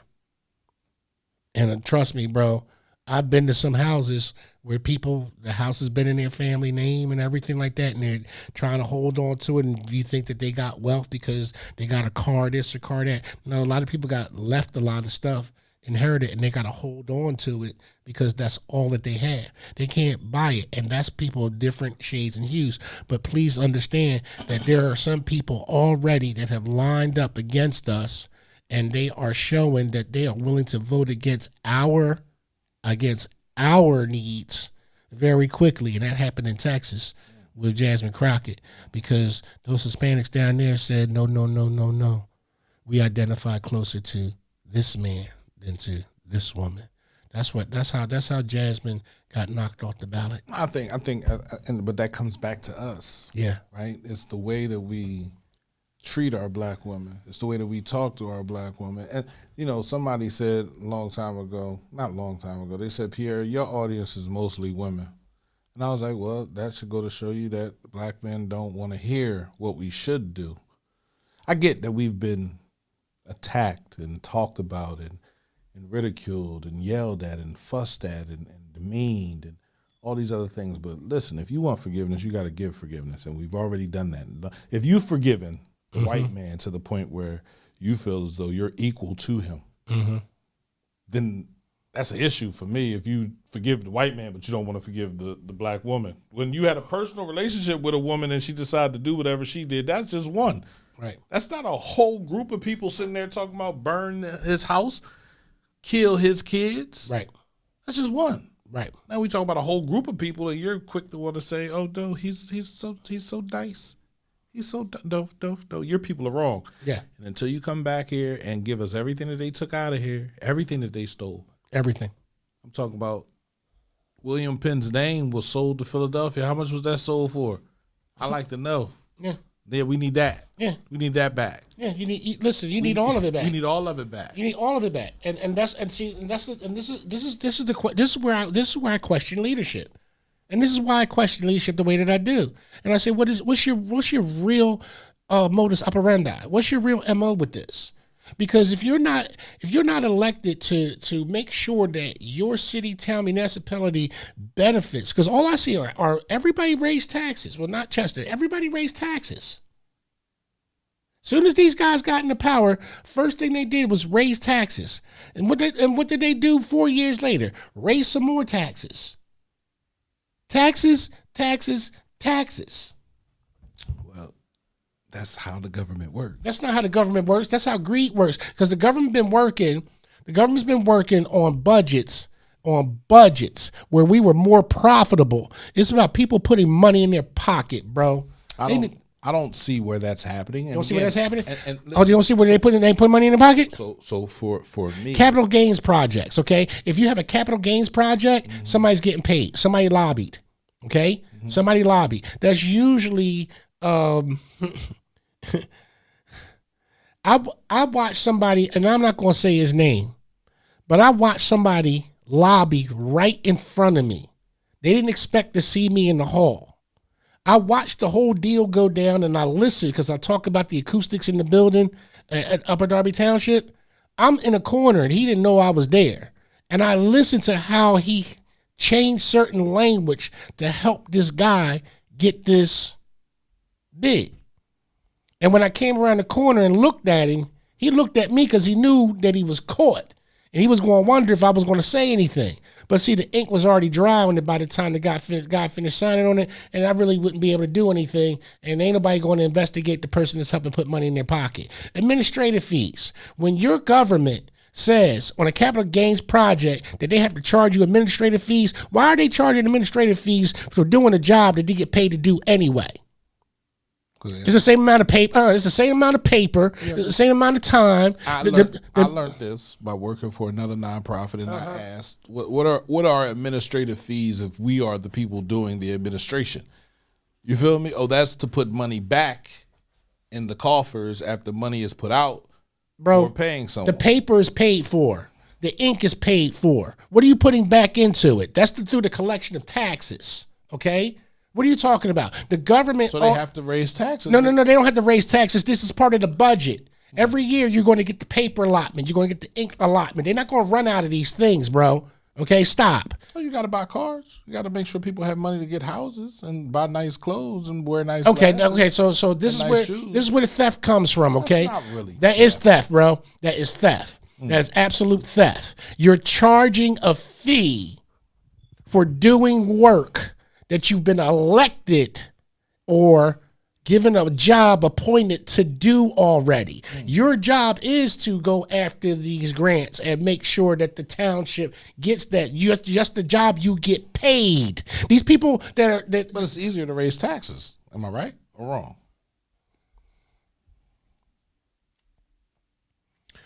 It is hard to raise taxes. It's easy to raise taxes when you have nobody, when you don't have no Boston Tea parties, when you don't have no bloody Sundays, when you don't have no resistance, yeah, you can raise all the taxes that you want.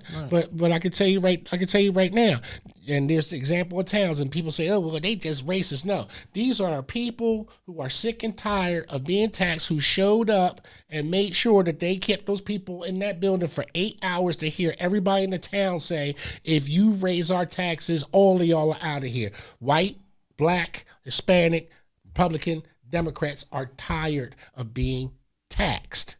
Black people love taxes, bro. Black people use taxes as the excuse for government, and it's not. It's not, bro. It's not. So I'm not arguing that it is. Yeah. So right? why we as a group that gets taxed so much, that get oppressed so much. We're the biggest supporter of tax. We've already been oppressed. Why are we so okay? So why do we support taxes? Because it can't get any worse. I was always cool because I wasn't making money on the books, so you can tax whoever you want. That to me was revolutionary. I don't get it. I don't get it. Now I understand. You feel me? Yeah. Like I said, that 1 year where $150,000 a year was on the books for me. It's like, oh shit, you in a whole nother tax bracket, bro. Yeah. And I didn't feel like I was doing anything. Like any money was coming in to benefit me. It's going right back out. I felt as though I was like, I can't do this. I can't be like this. I can't talk like this. I can't operate like this. This Right. is oh no, Pierre, come on over here. Come sit. Have a seat. Have a seat. This ain't where I want to be. Where my people at? Right. I felt as though I didn't belong. Now some people feel like that's where they want to be. I don't want to be there. I'd rather be with my people. So if that means I got to struggle to be with my people, then we struggling. Let's struggle together. Let's make this shit happen. Right. Let's make some change happen in the community. And that's where I'm at with it right now too, P. And I'm being very serious about it because once again, I listen to all of this boasting by blowhard men who have done nothing. Blowhards who have done nothing. And when I say nothing, absolutely nothing. The stuff that I'm working on, like I said, I'm not going to, like you said to me at the beginning of this year, stop talking about it. Just do it. Just do it. And that's what I'm doing. That's what I'm doing. I'm putting the announcement out there. This is what we're doing. This is what we're going to be. This is where we're going to be at. And that's that. We're not begging anybody to come along. We're asking for you to join with us in something positive. That's on your heart to do, and you want to make a change. You want to be a part of something consistent and be around people that are going to be positive all the time. That's me. I promise you. Not all the time. All the time, baby. Not all the time. Bro, I can tell you right now, I'm going to be positive all the time. 85% of the time. That's more than most people can even imagine to do. Because I have to compensate, bro. No, you don't. You know why you have to compensate? No. Because I'm going to tell you why. I'm going to tell you why. There are people on the outside looking in, and they're afraid to dip their toe in the water. They want to come, but they want to be sure. 85% is enough to make them come, bro. 85%. You never heard this old saying, don't put it all the way in? You drive me crazy? 85, I'm learning now, 85% is enough. Hey, I'm 85% positive, bro. That other 15% is mixed. It ain't all negative, but it might be a little bit pessimistic. You feel me? I might be looking at you and be able to discern whether you're an honest person, because if I'm 100% positive, I'm letting everybody in. Right. And you let everybody in, you end up what at the end? No, I said hold on. I said that I'm going to be 100%. I didn't say anybody coming to me is going to get 100%, but I'm going to be 100% positive. Okay, but again, just like you, I'm going to assess the energy level. Okay, that's the wave that I'm on now. But you can't be positive and look at things like that. I can positively tell these people to shove off with a smile, baby. So you're 85%. No, I still be positive. You just want to do 100%. Yes, I do. 85% is enough. 85% is enough. I can't take anything less than 90, sir. How about that? Can I be 90? Listen, I have some Asian friends, and if I'm 85%, they'll disown me. You got to understand what circles I run in. My Asian friends ain't going to take that. That's like, that's a C-, bro.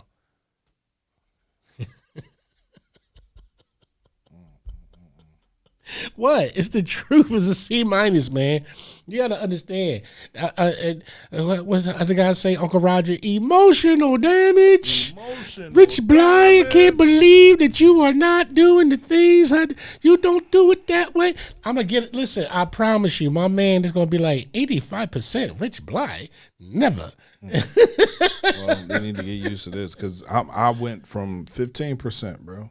Yeah. Yeah. I didn't care about nobody. I was worried about mine. Right. You feel me? Like, right. Started the radio station and I began to see that people People are people. People Yeah. bleed the same way, cry the same way, Yeah. get mad the same way, be frustrated. We deal with a lot of PTSD in this community. Yes, we do. And what's the saying? Hurt people hurt people. So Yep. I just want to heal the hurt, the first hurt.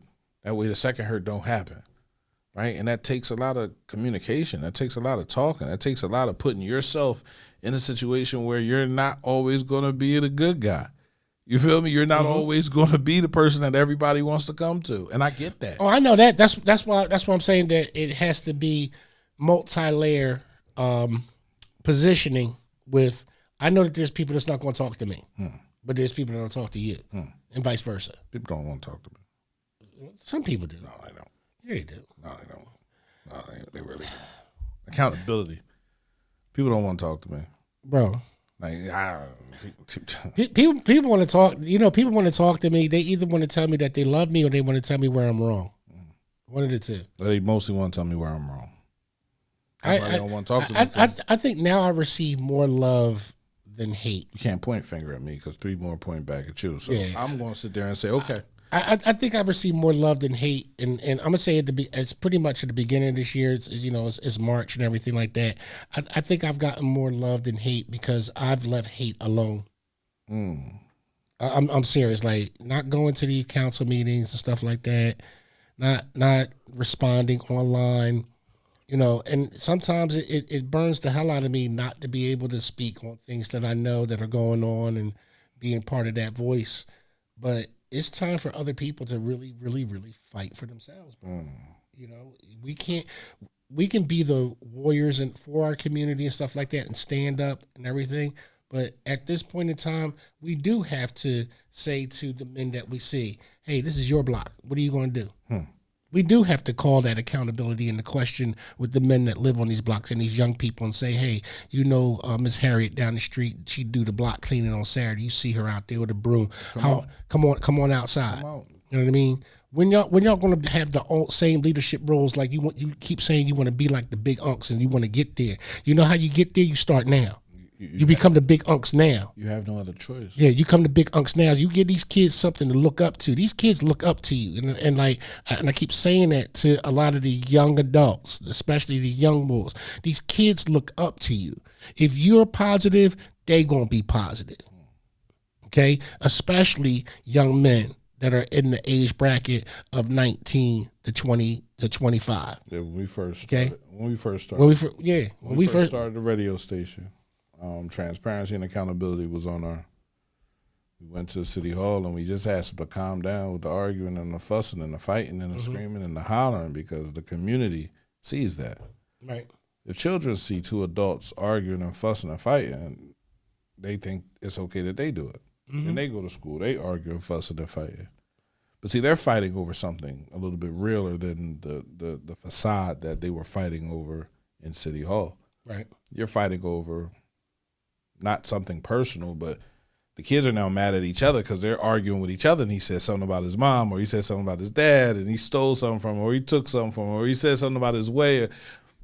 But yet we're arguing over nothing that y'all can change in City Hall. You're mad over the stormwater and the city so to me it was just like, calm down. Let's have a reset. I want the mayor to come through the radio station and talk to the people. Oh, I'm not doing that. All right, well, then you're going to have the same thing that you're going to have, right? Right now you have a way to change it. See, I'm gonna tell you what it is, right? Since everything's now going corporate and since Comcast is now coming into your city and taking over communications and everything like that, they're now putting your public officials, the heads of cities, pretty much, you know, Mayor Roots and Ed Brown, Upper Darby, used them as an example because they're 2 black men that are now becoming a social presence. And I want to say this. It's good to be a social presence and represent for your city, township, municipality. But when you become a social presence, you have to understand that people see you as the beacon of truth.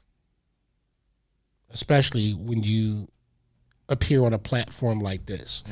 We're a trusted platform. We're not a gossip platform. We're not an accusatory platform. We're not a bash you in the head platform. We're not a bash the community platform. We talk about the issues that are relevant, and we ask certain questions for context. We have debate, we have dissension, we have a little bit of back and forth, we have disagreements. I don't have to agree with my brother all of the time, but I can tell you 99% of the time I'm going to agree with my brother, even if it means I have to swallow my pride and follow a lead, because it's necessary at times. You understand? There's probably 1% of me that'll say, hey, P, I ain't rocking with you on this because this is where I stand. This is where I draw the line. Right. And he has to go, you know what? Well, 99% of the time, you stand with me. So that 1%, that's the grace. Right. You know what I'm saying? And that's how it has to be with people. There are people who have rocked with you from different demographics, ethnic groups, or whatever, who have rocked with you 99% of the time. So if they got a 1% thing that you don't like about that, that's not the total judgment of a person. You can't ask me as a person to look at somebody that way when they rock with me 99% of the time. They stood with me, because I didn't have to go into their communities and say, hey, we need to push for more Irish awareness. I didn't have to go in their communities and say, hey, we have to push for more Italian American awareness. I didn't have to go into the Asian community and say, hey, we need to push for more Vietnamese awareness. But these people donated for the awareness for Juneteenth and the awareness of Black history. These are the people that come to the events to show up because they know that our people ain't going to show up, or they're going to make excuses because they hear it, because they're professionals, and they hear these same people make the same excuses on the job, bro. This is what I keep trying to tell folks. Y'all go to work and you talk about yourselves, and then you get online and remember that your bosses and your friends are online and they see the real you. The real you. They see how you hate white people and then come to work and play in their face. You say it online. Them pink people, this, that, da, da, da. You say it all derogatory, and it's right there. And it's right there. And all your boss got to do is just pull your algorithm up. Yeah. You don't like pink people? You don't like your job? You don't like this? Okay. Listen, like I said, I'm not going to tell you what to do, but I'm going to tell you how I played the game. What's your joint on Facebook? Yeah. And if I needed to get rid of you anyway, you have to understand this is my ruthless stage when I was a manager. And I had to get rid of you. Like if one of my GMs,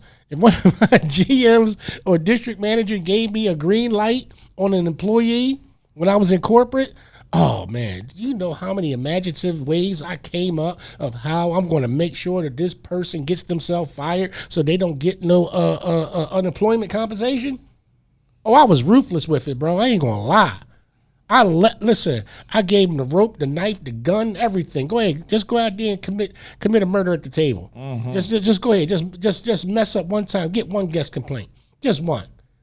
Had the write-up waiting for you before you came in the room. Write-up was already, had your name on it, had your social on it, and everything on that job. My signature was already on it. Well, listen, you gone. I mean, don't get me wrong, bro. Like I said, I was a different person when I was corporate. I was an executioner. I was the hired gun. I'm dead serious. I was the hired gun. I was the guy that got sent. I was the black manager that got sent to the black table. Straight up. But I always knew by the composition of the table, I didn't approach it, Johnny Corporate. I approached it according to the temperature of the table. I knew what I could get from it and what I couldn't get from it. And that's the whole thing about when you build these things. I know what I'm going to get from certain people if they're willing to give. And those that aren't willing to give, we're not begging no more.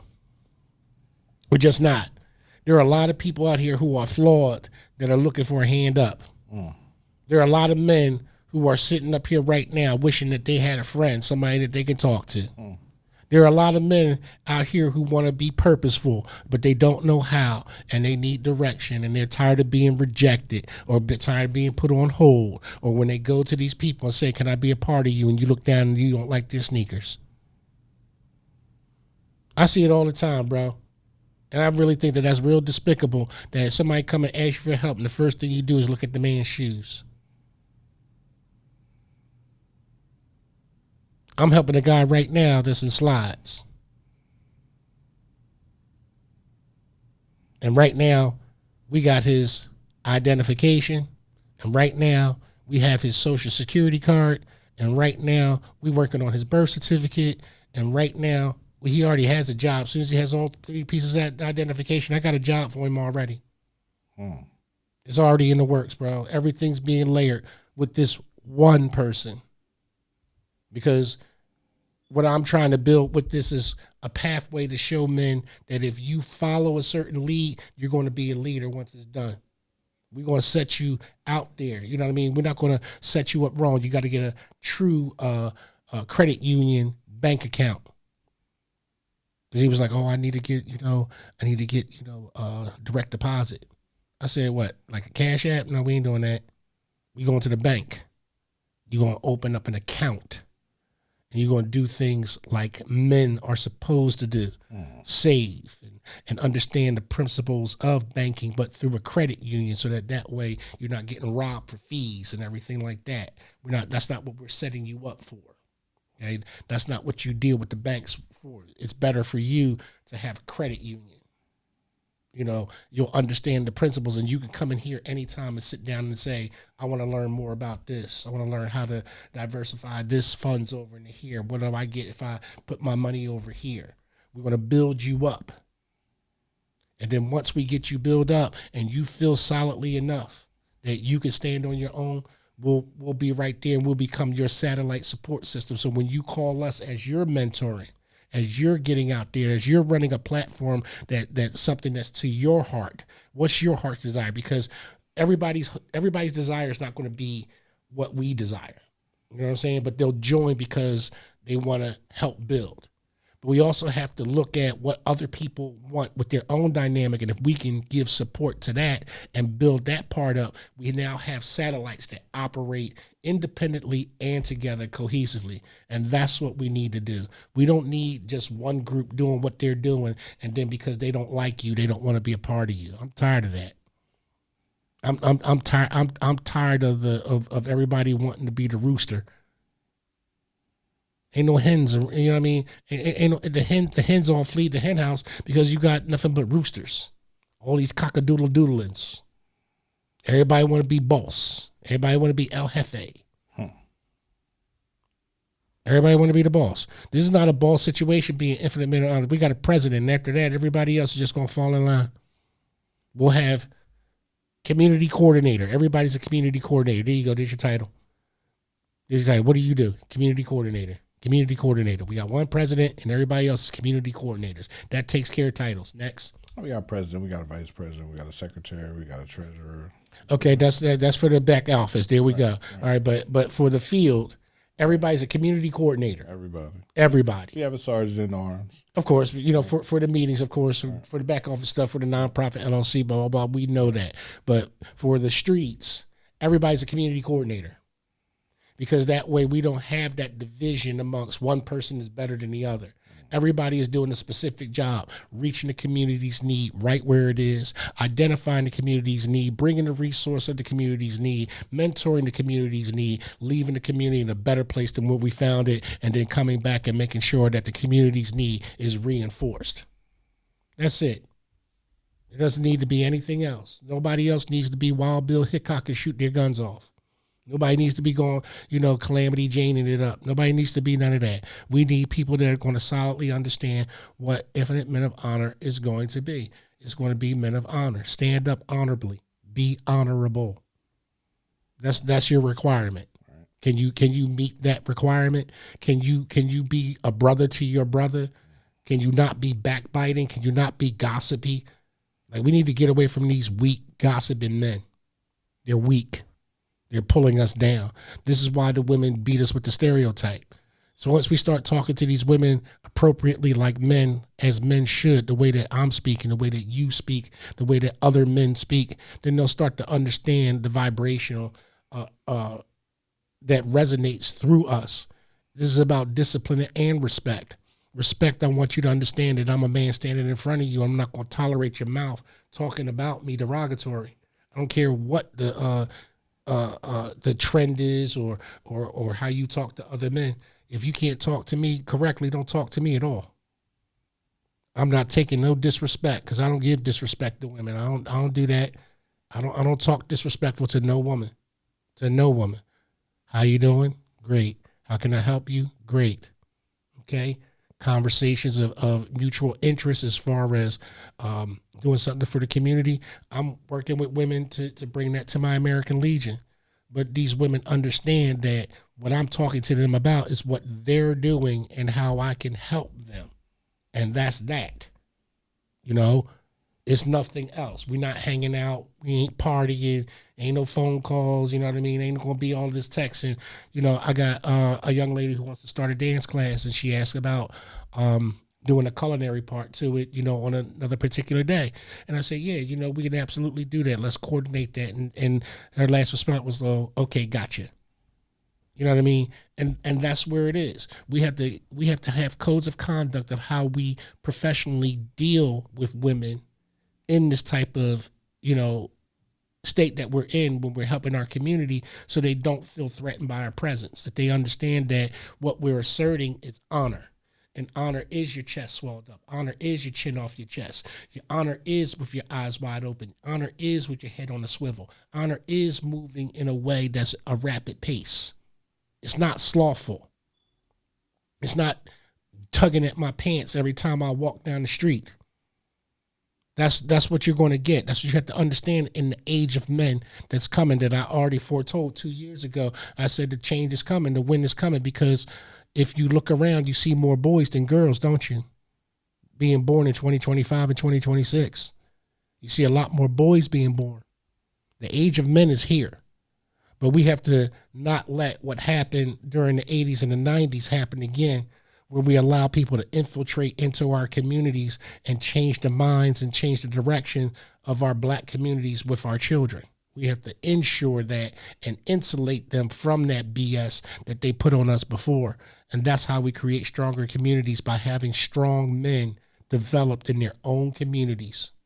Strong men developed in their own communities. So when they do leave out from amongst us and they do go and get that specialized training, they do go to college, they do get that trade, when they come back to us, they come back complete and whole, and they already know what to do. That's where we need to take our young men now. See you on the flip side. Oh, hold on. Wait a minute. Logan Blye. If you don't stop getting on airplanes and going on trips, I know you're in Florida. Happy birthday, grandson. Happy birthday, grandson. My grandson is on another plane, on a jet plane in Florida. He'll be on a cruise. Bro, listen, it's ridiculous. Little rich kid. Logan Blye, love you, grandson. Bloodline.